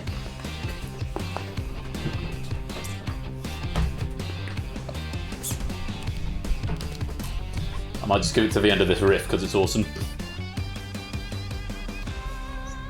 There we go, right. I'm going to lock it up. Good luck to you all. Let's see who our hot seat players are going to be. We've got Zeus and we have got the Lupine one. Welcome to you both. The lobby is just going to reorder itself there. And Zeus and Lupine, if you'd like to make your way to the green room, and we'll bring you into the studio. Let me just unmute Discord. It's on the Streamlab. There we go. Stream Deck. I see Coda doing sound testing with Lupine and Zeus, and I'm hoping they are going to come and join me in just a moment. So, like I say, it's a full lobby game. So you playing along the lobby. The best, the closest I can describe to it in terms of the dichotomy between the hot seat and the lobby is Ash's version of Secret Fortune, where the hot seat players have a sort of controlling stake and that's the focus of the game, but you sort of play your own game in the lobby. I'll explain that in just a moment or two. First of all, I'm going to greet our guests. Good evening to Zeus and the Lupine one. Hello. Hello. Fabulous to have you both here. How are you both keeping? Very well, thank you. Good-o. Are you all prepped for Christmas, Ralph, are you? I've only got presents for a couple more people to get, I think. That's very organised of you. I think my wife has started her Christmas shopping. I haven't. I've thought about it. I won't say I haven't even thought about it. I've definitely thought about it, but I haven't done any of it yet. It'll all happen on Christmas Eve from a petrol station, probably, knowing me. But good that you're all organised. Having explained the concept to you, how are you feeling about being a guinea pig, Ralph? Oh, I have a friend who keeps pet guinea pigs. Really? So you're familiar with them? Yes. Well, you're paired up with Zeus, and so you're both formidable quizzes. Let me say hello to Zeus. Zeus, how are you, my darling? Hi, I'm good. I'm very tired and a little bit drunk. That's the best way to be. I'm probably very much with you on that front. Are you all prepped for Christmas? Sure. By that, do you mean have I bought everyone alcohol? Because that's a yes. Good. I'm assuming mine's in the post. Oh, of course, yeah. Of course. You trust me with your address? Wow. well, let's not go there. Zeus, how are you feeling about being a guinea pig for jackpot? I like animals. Good. Well, I'll take that as a positive. Well, you're paired up with Ralph, and say between the two of you, you're both very formidable quizzers. It has to be said. So it's a good pairing at the beginning. Hoping we can get you some big money tonight. So let me explain how this works. In the first instance, you will be shown 12 categories and 12 coins. Each of those coins has got a value associated with it. 10 cash values and 2 killers. I haven't changed the language from golden balls because I couldn't think of a better word than killer, but I'm open to suggestions. So you'll pick a category and then a coin. If you get the question right, and all the questions are either A or B, it's multiple choice 50-50 all the way down. If you get the question right, you get the value on the coin. If you get it wrong, then you don't. If you pick the killer, if you pick a killer along the way, then you don't get anything if you get it right. But if you get it wrong, then it decimates your total, divides it by 10.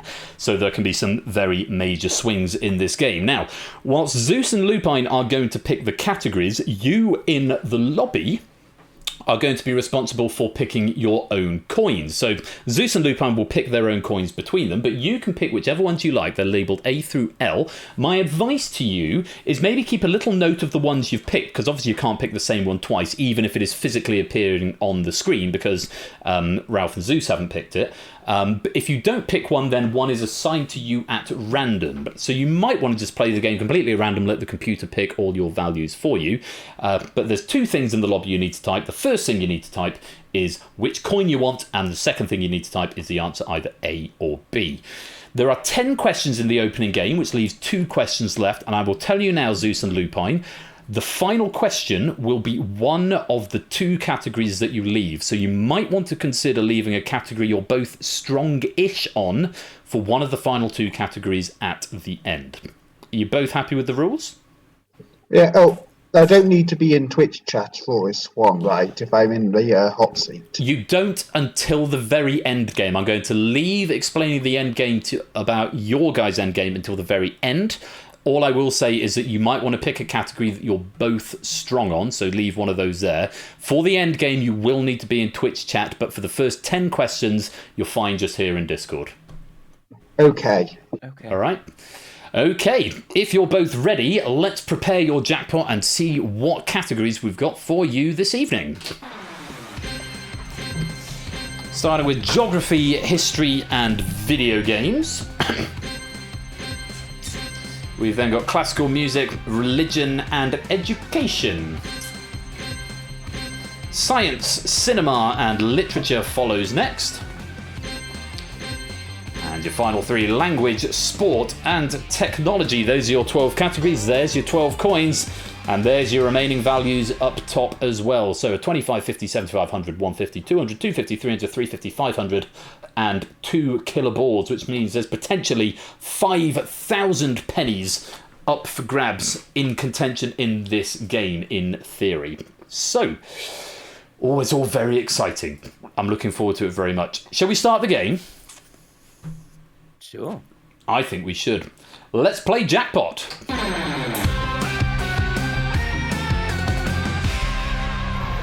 So, as I said, it's all multiple choice. You guys will talk to me in chat. It'll be either A or B along the way.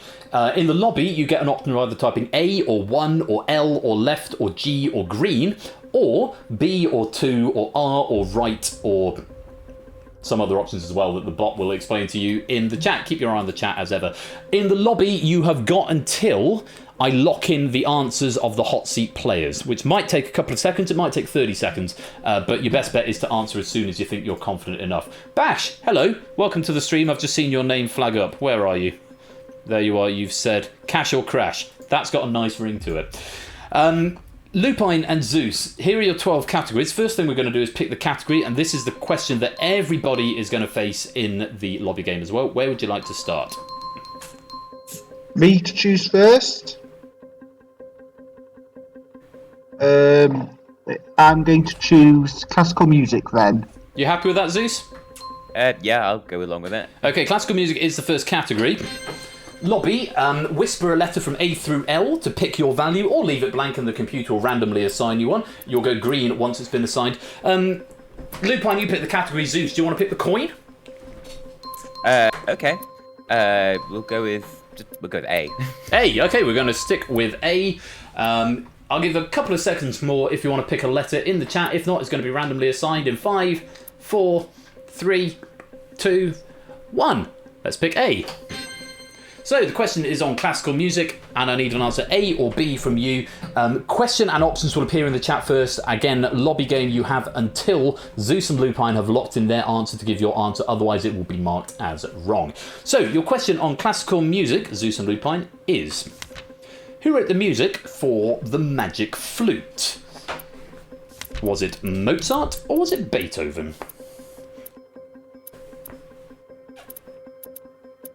Talk to me. What are you thinking? I think it's Mozart. I tend to agree, yeah. So lock in Mozart? Yeah, I'm happy with that. Mozart locked in. First of all, let's find out if it's right. Yes, it is. Right was the right answer.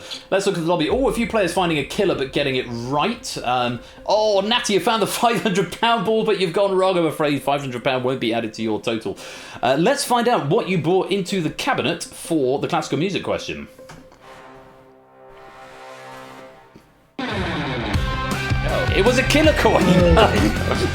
So, on the one hand, it's good that you got it right, and it's good that you found it on the first question because it's not going to affect your score because you're still on 0. But it does mean nothing is going to be added here. But that is one killer out of the game, only one left to worry about. Let's get rid of that and move the game on. Prudes and Quizface with 500 in the bank. It's going to clear those. I'll look at those more closely next time around. Zeus, do you want to pick a category for me? Sure. Let's go with science, please. Science, okay. Lobby, if you want to pick a coin, now's your chance to do so. Remember, keep note of yours, because they may not be the same as what's on the screen here, and if you don't, just submit me one. One will be assigned to you at random. Lupine, any coins leaping out at you? G, please. G. Let's take a look at G, and 3, 2, 1. Everyone else is going to have a random one. So, science question, 2 options. Let's have a look.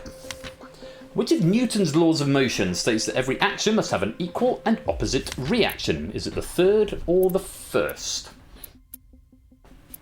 I mean, I think that's the third, right? I'm not so. I'm inclined to go with you in this case. Okay, I can't remember what the first is, but I do think that's the third law of motion. Well, okay. Shall I lock it in? Yes, please. Third is locked in. If you didn't get an answer in time, then that will be treated as wrong. Let's have a look.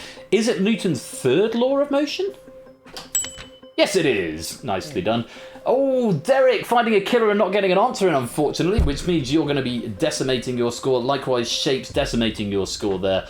And a few big values found with wrong answers, but a few correct answers there. 500 from Quizzle down there and from Toot as well. Let's see how much you brought to the table.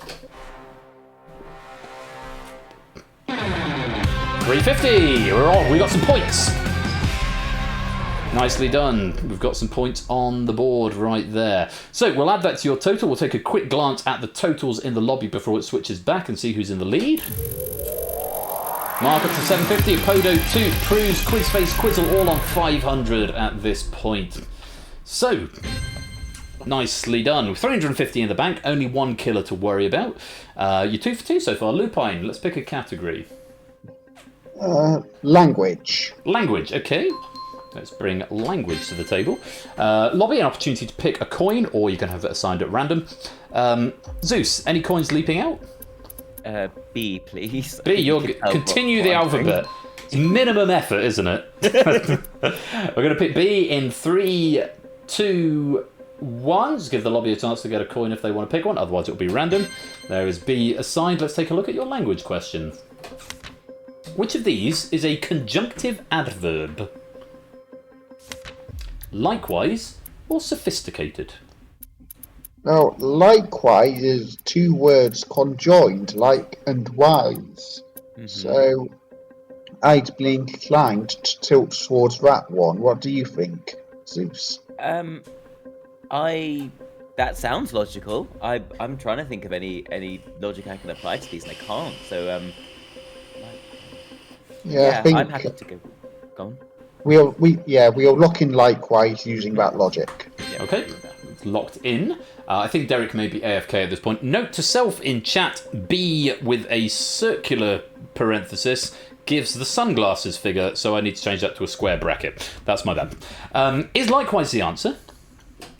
Yes, sophisticated is simply an adjective.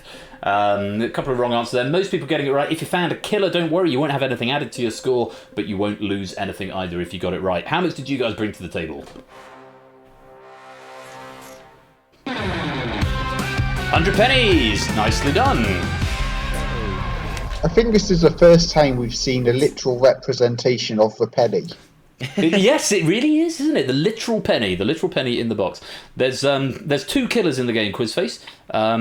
If you found them both, then you're all cash from this point onward. Let's add 100 to your total and go back to the game. Toot and Proofs with a lead of 850. Mark with 750. Timor on 650 there. Lupine, I believe it's your turn to pick a category. After this one, I'm going to start asking you for joint decisions. Remember, you want to leave one you're both strong at towards. Oh, I think it's Zeus's turn to pick it's Zeus. Oh, I beg your pardon. I'm glad you remember because I wasn't keeping track. That was I, apparently. Zeus, where would you like to go? Let's go for history, please. History, which we're on at the moment. Time to pick a coin in the lobby if you want to play your own game and pick your own coin. Lupine, any particular coins that you fancy? Well, if Zeus is picking from the top, I'll pick from the other half and go for H. H. Okay, we're starting at the top and in the middle. 3, 2, 1. Let's assign H. And, a great big noise. That could be a follow. Oh, no, it's a host. Tipster, thank you very much for the host. Welcome to the stream, my dude. Hope you're keeping well. So, a question on history. Let's have a look and see what's behind the swivelly board thing. What happened to Catherine Howard? Was she divorced or was she beheaded? She was number 5. Was divorced, beheaded, died. Divorced, beheaded, survived. So by that logic, she'd be beheaded. Yes, because she was before Catherine Parr, who was 6. And I think she was immediately before her. So I think she was 5, so beheaded. Yeah, beheaded. Yes, because I don't remember their names. I just remember the mnemonic for what happened to them. Which is a pretty useless mnemonic. In this context, it's not really that helpful. You want to play beheaded? Yes, please. Yes, please. We'll lock it in then. Is that the right answer? Yes, it is. Nicely done. Oh, Proogs! You found a killer and you've got it wrong. Your score will be decimated. Derek finding another killer. I think that's 2 killers now for Derek, but I think Derek might be AFK. If you found a killer but got it right, you don't need to worry. There won't be anything added to your score. That was the right answer. What did you bring to the table? 25. Okay, lowest, but it's not a killer. Of course, maybe you might prefer to see a killer get it out of the game when you get a right answer, but 25 is going to be added to your total. Toot with the lead, 925. Lewis with 900. Mark with 825. So, we've gone through 4 questions now. Remember, you want to leave one that you're both happy with for the end, and there'll be one left over beyond that. Ralph, we're coming to you principally, but joint thoughts are welcome. So we want to go for the weaker ones, but we risk running into a killer. Yeah. So we need to probably go into the middle of the road at this stage of the game. If we're going weaker ones, my weak one is definitely cinema. How are you on cinema? I'm average at cinema. Should we risk it? Get out the way? Yes. Okay, we'll load in cinema. Chance for the lobby to pick a coin if you'd like to, or you can have it randomly assigned by the computer. Hopefully, if you are picking your own, make sure you're keeping track along the way because you won't be able to repeat pick coins. Any preference on a coin? We've got quite a few left to choose from. Yeah, coin's a joint decision now as well. They can be, or they could still be individual. If anything's leaping out at anybody. Was there anything leaping out at you, Zeus? I mean, I obviously want to follow my pattern and go with C, but I'm fine anyway, so... Let's just stick with what we've been going with. Yeah. Okay, we'll load in coin C. And let's see what the cinema question brings. Which film actually won Best Picture at the 2017 Oscars? Was it Moonlight or La La Land? Oh, I remember this blooper. It was originally announced to be La La Land, but was corrected to be Moonlight, I think. Yeah. I think that was the order in which the events happened. Yep, I agree. I remember that because there's also a Best Picture called Spotlight, and I remember the fact that there are 2 lights in the last 10 years. So yes, Moonlight. Oh yes, Ben's Oscar-winning my Oscar-winning Twitch original. Shall I lock in Moonlight for you? Yes, please. Moonlight is locked in. Is that the right answer? Good knowledge. Yes, it is. 25 and a 50 for Derek and Timur. Not a huge loss there. Most other players getting it right. A couple of killers being found there, but no loss to your scores. What did you bring to the table? 500, top of the game. Nicely done. We will add that to your total. We are halfway through, and your total currently stands 2 for the lead, 1225. Rick's got 1100. Lewis just shy of 1,000. Your total currently stands at 975. Good total. You've only found 1 killer so far. There is still a killer left in this game. You've taken out the top 2 highest values and the bottom value. Where would you like to go next? What's a category for you that you'd like to get rid of? I'd rather get rid of either religion or education. Okay. Should we go with religion then? Sure, religion. Okay, we'll bring religion to the table. Religion is the category, chat. If you'd like to pick your own coin, you can do so now. And Lupine and Zeus, which coin would you like to bring to the table? I. I'm with that, yeah. I? I. We'll bring I to the table then. Everyone else having a random assignment. And let's have a look at your I question on religion. In the Old Testament, Jacob was Isaac's son or father? Oh. And now I am stumped. I don't really know. Isaac and Jacob.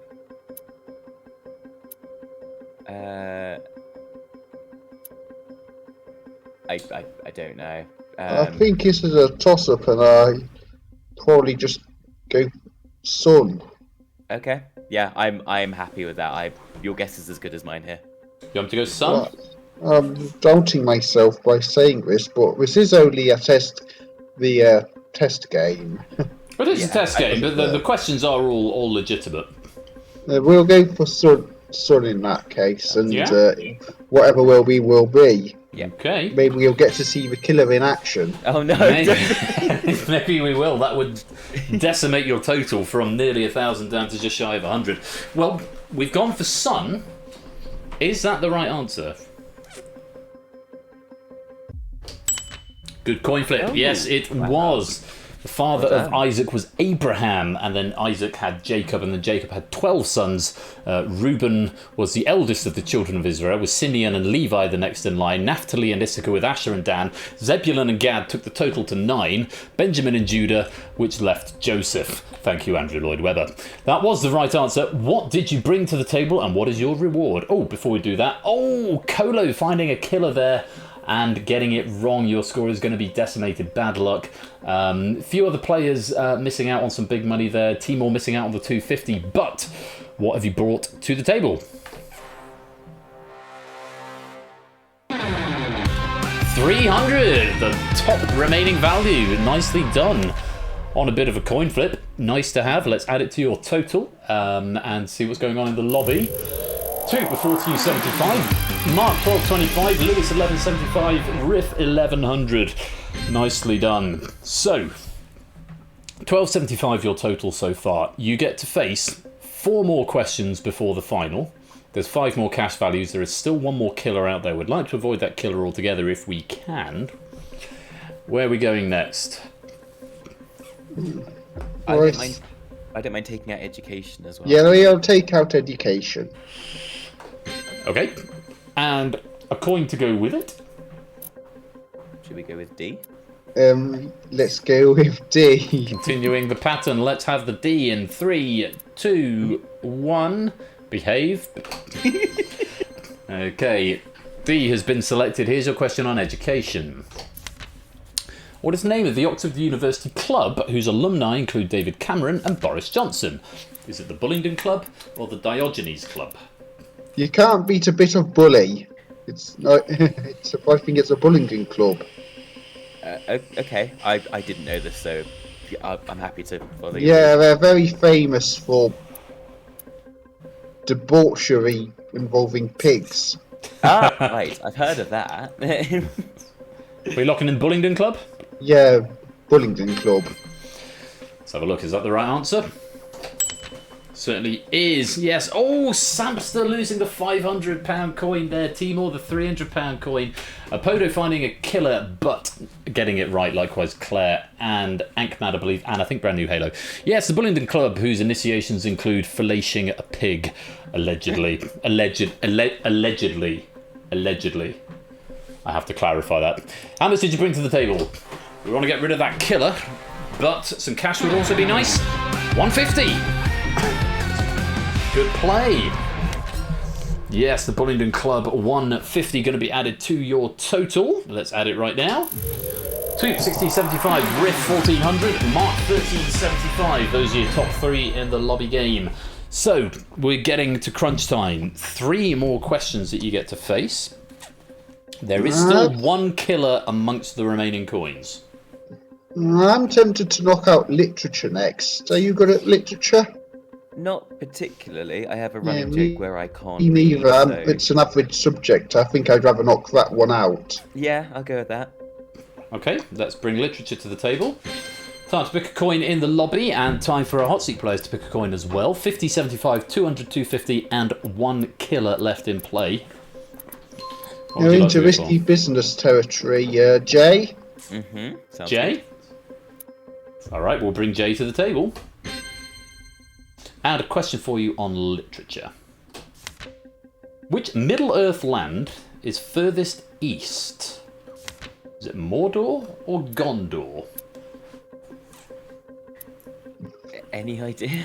How long has it been since you watched the films or read the book? I haven't seen the films, and I've only read The Hobbit. This is why cinema is my worst topic. Right, immediately after this stream, go have a glass of water and then watch all 3 Lord of the Rings films before you sleep. Okay, actually, I tell a lie. I fell asleep during one of the films in the cinema.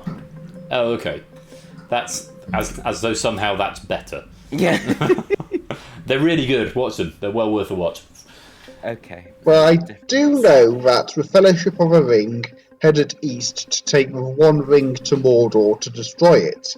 But I'm trying to think, is Gondor even further east than that? I'm not sure Gondor is east or further east than that. I think it's Mordor. I mean, that logic sounds right. I mean, I can't imagine a lot of people have seen a map of Middle-earth, so... My mum had maps of Middle-earth. Never mind, I take that back then. And I think Mordor was further east than Gondor. Cool, let's go with it then. Going with Mordor? Mordor it is. Lock it in. Mordor is locked in. Is your pigeon knowledge of Lord of the Rings worth anything on this question? Yes, it is. Hey. Mordor does extend further to the east. You've not dropped a question yet. Oh, David finding a killer and getting it wrong. I'm afraid your score is going to be decimated. JY and Nat are also finding killers but getting it right. So nothing added but nothing taken away. What did you guys bring to the table? We want to get rid of that killer if we can. More cash, 250. Okay, 250 is good. It means your total is going to be going up and up and up. We've only got 2 questions left. 1 of the 4 remaining coins is a killer. Let's add that to the total. Check out the scores. Only jumps into 2nd place with 1625. 2 still with the lead, 1825. Riff in 3rd with 1400. 2 categories left to pick before we need 1 left for the final. Now would be a good time to be discussing what we think we might want left for the final question. Oh, I'm good at video games and sports, so I'm willing to go for geography and technology for his final two. What do you think, Zeus? Okay, I'm happy with 3 of them. I don't like sports. Okay, so technology, I'm happy to have technology. So, do you want to get sport out of the way while we Sure. still have a killer, so I can go Yeah. do that, and then we'll do geography. So remind you, there will be one category that we don't get to see, if that is of any help to your deliberations. I mean, if you're happy with sport, I No. I can take technology. I'm happy to get sport out of the way if you're not so good at it. okay, let's go with that then. Thank you. So we're going with sport? Absolutely. Okay.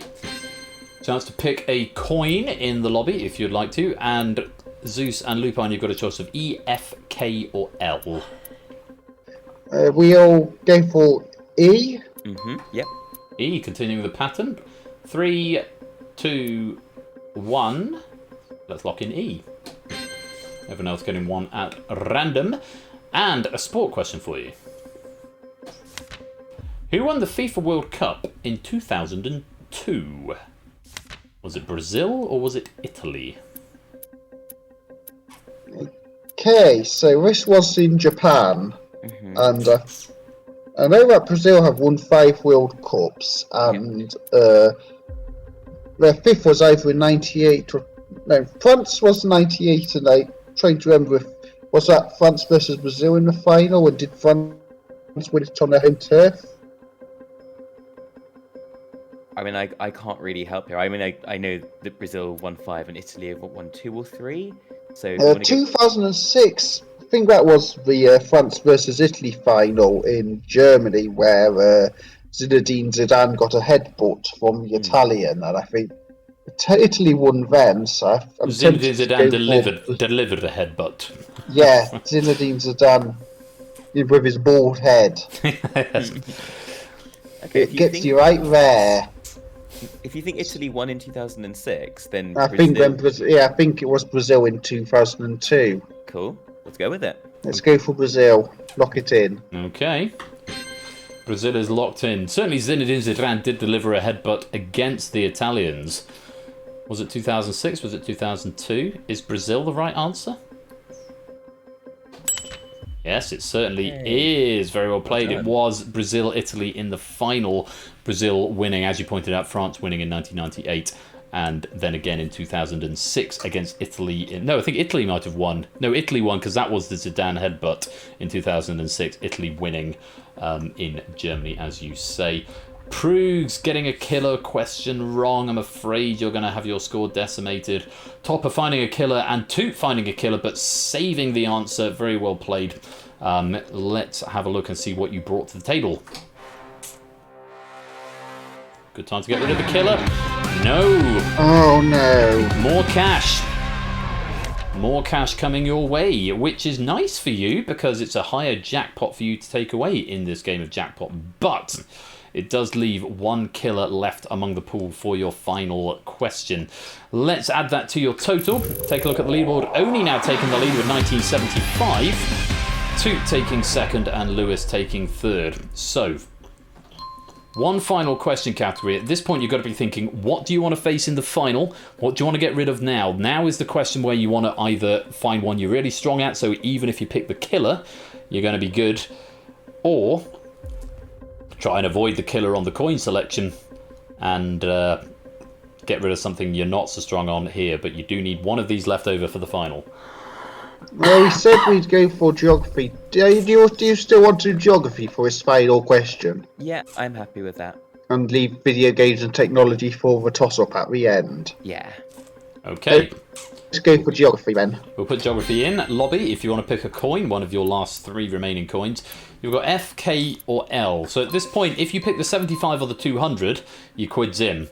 If you pick the killer, you've got to get it right or you're going to have a world of hurt. What are you going to go for? Okay, we said do you want to stick with a pattern or do you want to mix it up? I mean, are you thinking maybe it's K for killer? I'm happy to stick K with for the pattern. killer, but we've got to get it right if we do go for it. Yeah, I'm happy with K. K it is. K it is. So, a question on geography. It could be the big difference here. Let's take a look. What is the capital of Slovakia? Is it Ljubljana or is it Bratislava? It's Bratislava. Ljubljana, I think, is Slovenia. I'm tempted to go for Bratislava, thinking Slovan Bratislava, the football team, they have the crest of Slovakia on their team's logo. So by that logic, I'm going to have to go for Bratislava. Yep. Happy with that. Lock in Bratislava. Bratislava is locked in. Is your knowledge of European capital cities working to your advantage? Certainly is. 10 out of 10. Nicely done. And my love of Slovenia, which I've waxed lyrical about in the past on this stream, is maybe coming into play here. It is the right answer. A few people finding killers, but getting the right answer. Shapes missing out on 250. Derek missing out on the 500, though I think he has been AFK. I think I promised you the maximum jackpot was 5,000. I think I might be wrong on that. I think the maximum jackpot's actually 2,000, and something's gone wrong with my math somewhere, which I might need to readdress. But still, 2,000. Actually, no. You know what? I think it was 5,000, and then I changed it for reasons that I'll get to in a minute.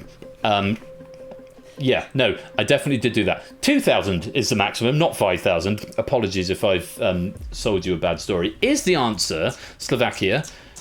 Sorry, yes it is, we've already done that. What did you bring to the table? At this point, we don't want to see a killer, because that would add nothing to your total. We want to see some cash going into the final. What is the answer?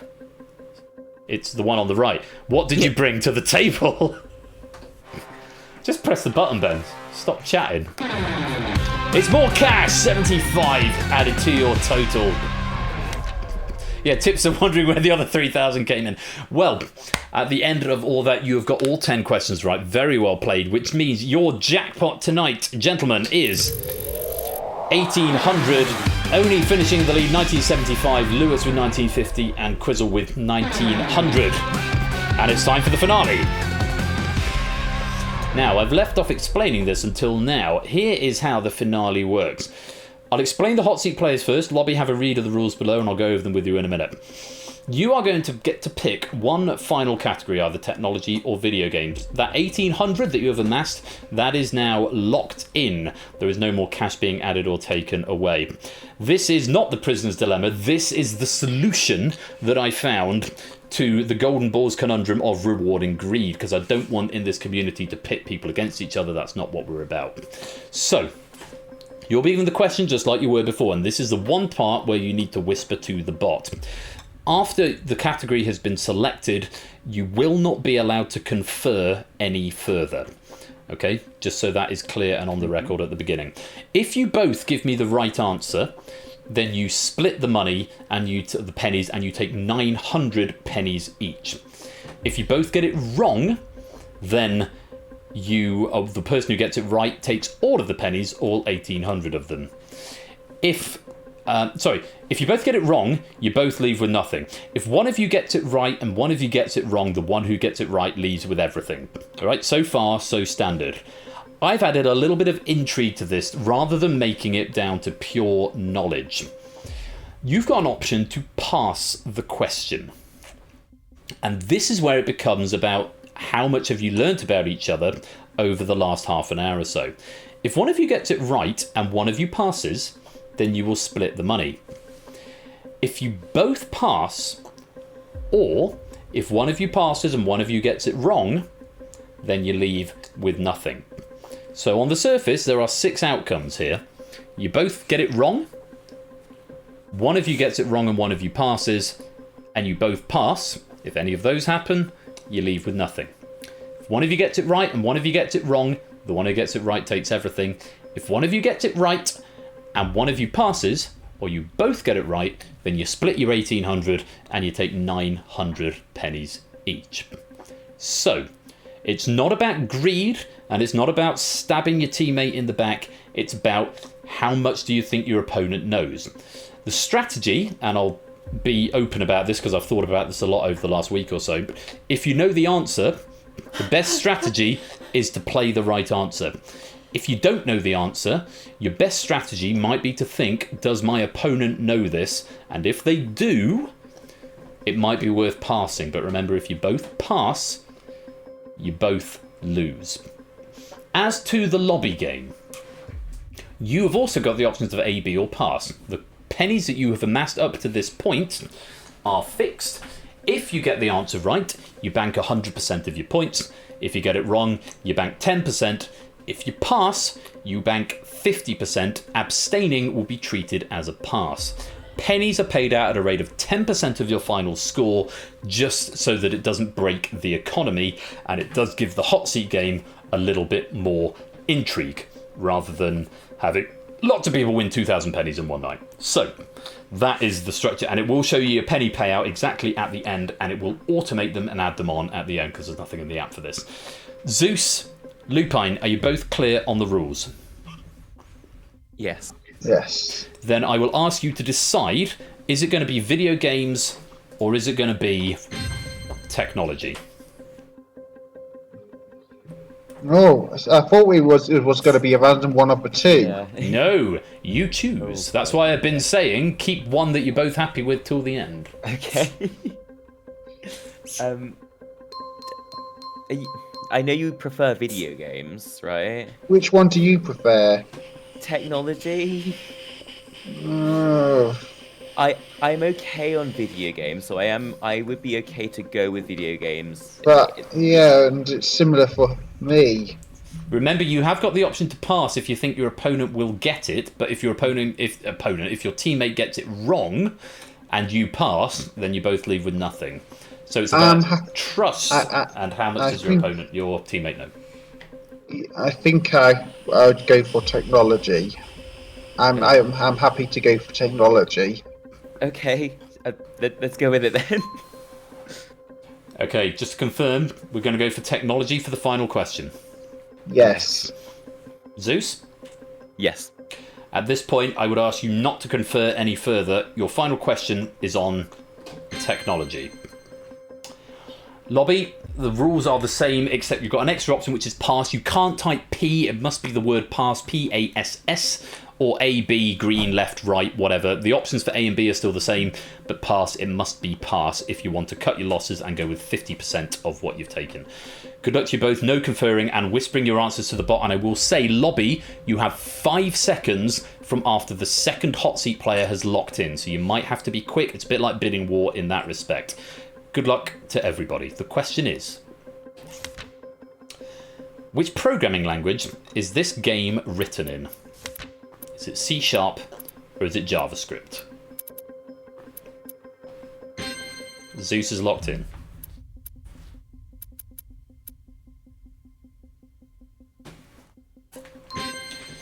Lupine is locked in. You've got 5 seconds or your default to pass.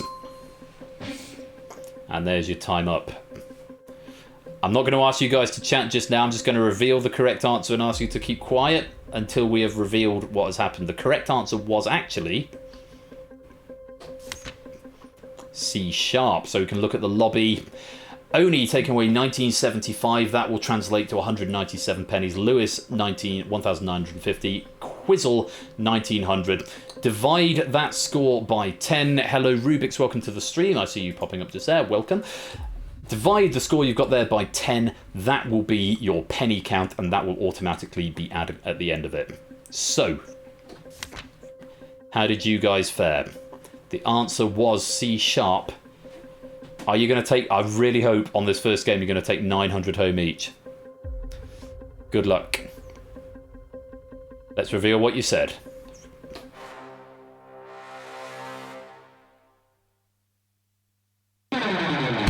You've done it! Zeus got it! Lupine passed! And that is a victory. That is 900 I can't pennies swear each. at you. I can't. I literally can't. Zeus got the right answer. Lupine, a very good tactical pass. Relying on Zeus getting the right answer, which he did. You have won. Very well done. The first game, Zeus, Lupine, you take 900 pennies home each. If I press the button one more time, it will confirm that on the screen and confirm your penny count. They're in the lobby. They will be added automatically when the credits roll. Oh, You know, every time you watch Split or Seal on Golden Balls and you get the heart palpitations, I got it here as well, because that was a great question for the end. What an absolute excellent prove out. Absolutely, Yeah. Great prove out, Lupine Because passing. it's like the first time you've managed to pull off a wall-style big prove out at the end of a show, and I love it. Zeus, you're actually incredible. Thanks so much. Oh, good Look, bringing people incredible. together. That's what we want. That's what we want. And you got so many of those other questions during the game as well, so it's completely a team effort, 100% team effort. Was a massive. I mean, you've got a massive jackpot there. 1,800 split two ways, 900 pennies each, which is absolutely delightful. Those don't get added on automatic. Lobby pennies will. Hot seat ones won't, but I will do those manually after the stream, and they will be added before I push the data up to the cloud. Thank you both for being guinea pigs. You've both been absolutely splendid. Have you enjoyed yourselves? Yes, very much so. Thank you. Very much. Excellent. Well, thank you for joining me here for this guinea pig game. I look forward to the feedback from everyone else in the suggestions section. Zeus and Lupine, though, congratulations, 900 pennies each. I shall pop you back into the green room and wish you a very good evening. Thanks. Have a good evening. So that is Jackpot, the new game that I've been working on. Alice42, welcome to the stream. New name. I don't recognise you, but lovely to have you here. Do give us a follow. We do lots of things like this. This is a first-time run of this game, and we've got a happy ending. Both players winning 900 pennies.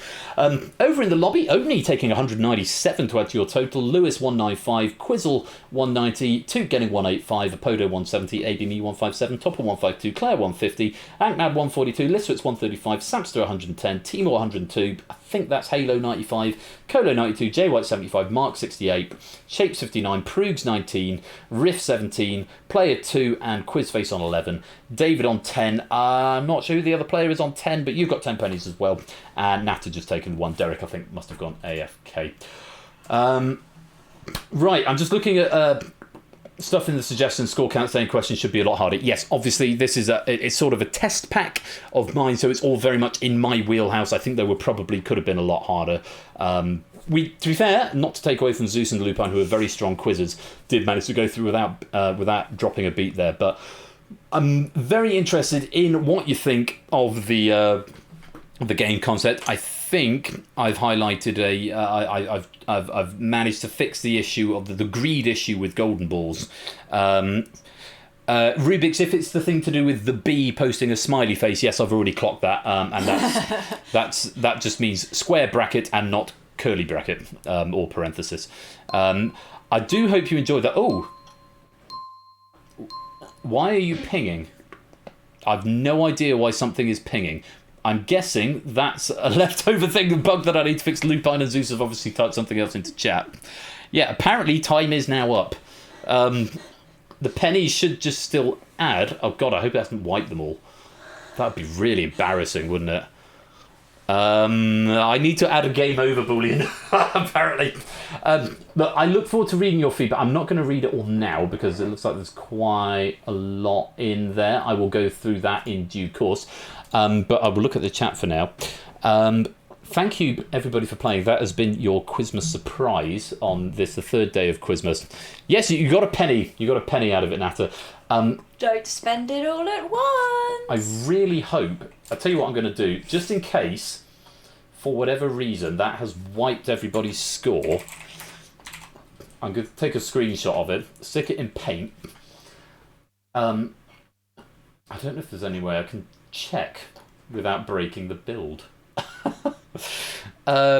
Anyway, I look forward to your feedback on that in due course. Thank you all very much for playing. Congratulations to Oni on winning the Quizmas DangerZone, to Derek for scaling the festive pyramid, and to Zeus and Lupine, 900 pennies each, and everyone else in chat. Let's just take a nice round number. Oni, can you just see how many pennies you've got at the moment? If you just go pennies for me, Oni, exclamation mark pennies. 8744. So you should have 8941 at the end of this when I roll the credits. If you don't, something has gone wrong and I will manually add these on. You should have 8941. So as soon as the credits roll, Oni, if you could type that again, and we'll see if it has worked or if I've managed to break the game by something. that is going to be it from me for tonight. So I'm going to give you an endgame bonus. I have an endgame bonus right there. Everyone's checking their pennies. Everyone's now checking their pennies. I've got Oni's, which is my control, if you like. Oh God, it's happening again. I'm just trying to think what happens, because if that is now marking everyone as having not answered... Okay, we need to stop typing into the chat now. Hello, Jerry, welcome to the stream. I'm afraid we're just about to finish, my dude. But, yeah, if that's marked everyone as having not answered... I can't think why it would do. It's possible it maybe is dividing you by 2 every time, and if it's done that, then what I will do is I will add on all of these pennies manually to you, and you'll get extra pennies. But hopefully it will have not broken it. We'll find out. Tomorrow, the 4th day of Quizmas with our friend Bash over on his channel, twitch.tv/80_Bash. Do go give him a follow, because that is going to be going down at 8 PM over on his channel. The 4th... Why is this still doing a thing? Okay, can I... Is there a ball I can flag to make it not do that anymore? No. No, there is not. I have not got a public ball to do that. I'm just going to mute the audio to stop it making the pings. The bot is still going to type, but that'll be doing its thing. Bash is here tomorrow and on Friday with the 4th and 5th days of Quizmas. I'm going to be back on Saturday with the 6th day of Quizmas. Supplementary games will be the remaining Buzz-Off quarterfinals. We've got Toot versus Jack, and we've got Shapes, I think, versus Lupine. Yes, we have. And a message from our sponsor, Oni91_573. Put the glockenspiel down, Lupine. Put the glockenspiel down, Lupine, indeed. So yes, this Saturday, Jack and Toot. Jack versus Toot, and then Lupine versus Shapes in the 3rd and 4th of the quarterfinal games of Buzz-Off, and of course the 6th day of Quizmas, the 4th and 5th, happening over on Bash's channel. Glockenspiel is still going if I unmute the audio. If this has reset everyone's pennies, then you've only yourselves to blame. I will go through and add them on manually, because I'm nice like that. I don't know who the blue person is, though, so that might be a problem, but I'll figure something out. And a final message from our sponsor, Zeusless, just as I stop this bonus. Yay, Quizmas. Thanks for the stream, Ben. I love Hotel Christmas tree. You love Hotel Christmas tree. Thank you very much for the 100 bits there, Zeus, and thank you for playing tonight. I'm going to get another glass of wine and then I'm going to go to bed, I think, because it is getting late. Thank you all so much for playing. Thank you for joining me. I will be back on Saturday. Bash here tomorrow and Friday with the 4th and 5th days of Christmas. I'm here with the 6th day of... Quizmas on Saturday. Topper with his 2nd edition of Topper's Quizzical Quizmas on Sunday at 8, which I might even put my head around the door for, because my IRL pub quiz has now come to an end for the semester. I'm not back until February now, because the term patterns are weird. Look forward to seeing you. I'll probably be floating around in Ashes tomorrow. More Glockenspiels. It's actually, I think it might actually be a music box. Honestly, this might have decimated all the pennies that everyone's about to win, and that's a really stupid bug if it is. I would really like to play Elimination Topper. Now I've got sort of Sundays free until February. I should be able to poke my head around the door and come give it a game. I would look forward to that. Until next time, be splendid and marvellous and wonderful out there. Look after yourselves. I will see you on Saturday, if not before, most likely before, on Bash's channel. I have been Royal Flush. You have been watching Game Night for the 3rd day of Quizmas on the 7th of December. Look after yourselves. Merry Christmas. Get your trees up and all that jazz. Take care of yourselves. Peace out and a very good night. Oh. Right. There was another button to press and everyone's got 0 now. Good thing I took a screenshot, isn't it? I'll fix that bug for next time. I thought that was going to roll credits. This one should roll credits, though. More decimation. I'll add them on manually. Only if you can still do that check for me, I'll be grateful. I'm going to stop this before anything else happens. Oh my god, what is going on? Everyone's pennies that they've accrued have now just been wiped. Oh my god, I can't even roll the credits. Right, enough of this. No! What is happening? I thought I'd fix the egg. Right. You know what? I'm going to do this manually. What's the roll credits gameplay stage? I think it's 20. No one type anything. You made my wife laugh like Lisa Simpson. 20. Right. If no one gets any pennies, it's entirely your own fault. Good night, everybody. Merry Quizmas. I'll see you Saturday, if not before. Take care. Good night. Oh, there we go. We're done. We're done. We're done. It's rolling credits. I've got to go now. I've got to go.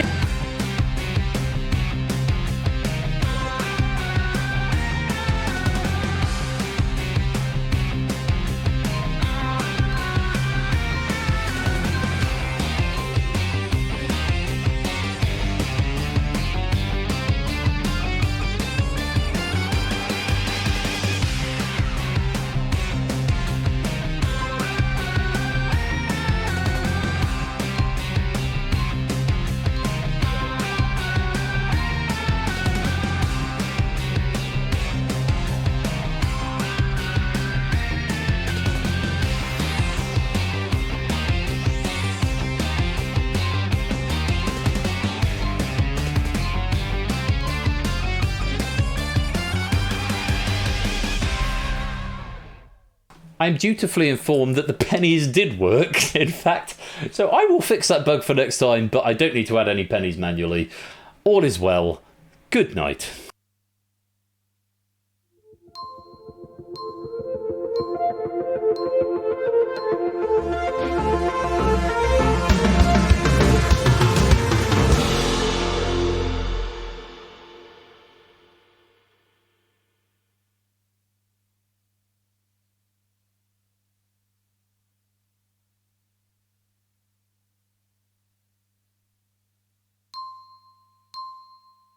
One more then.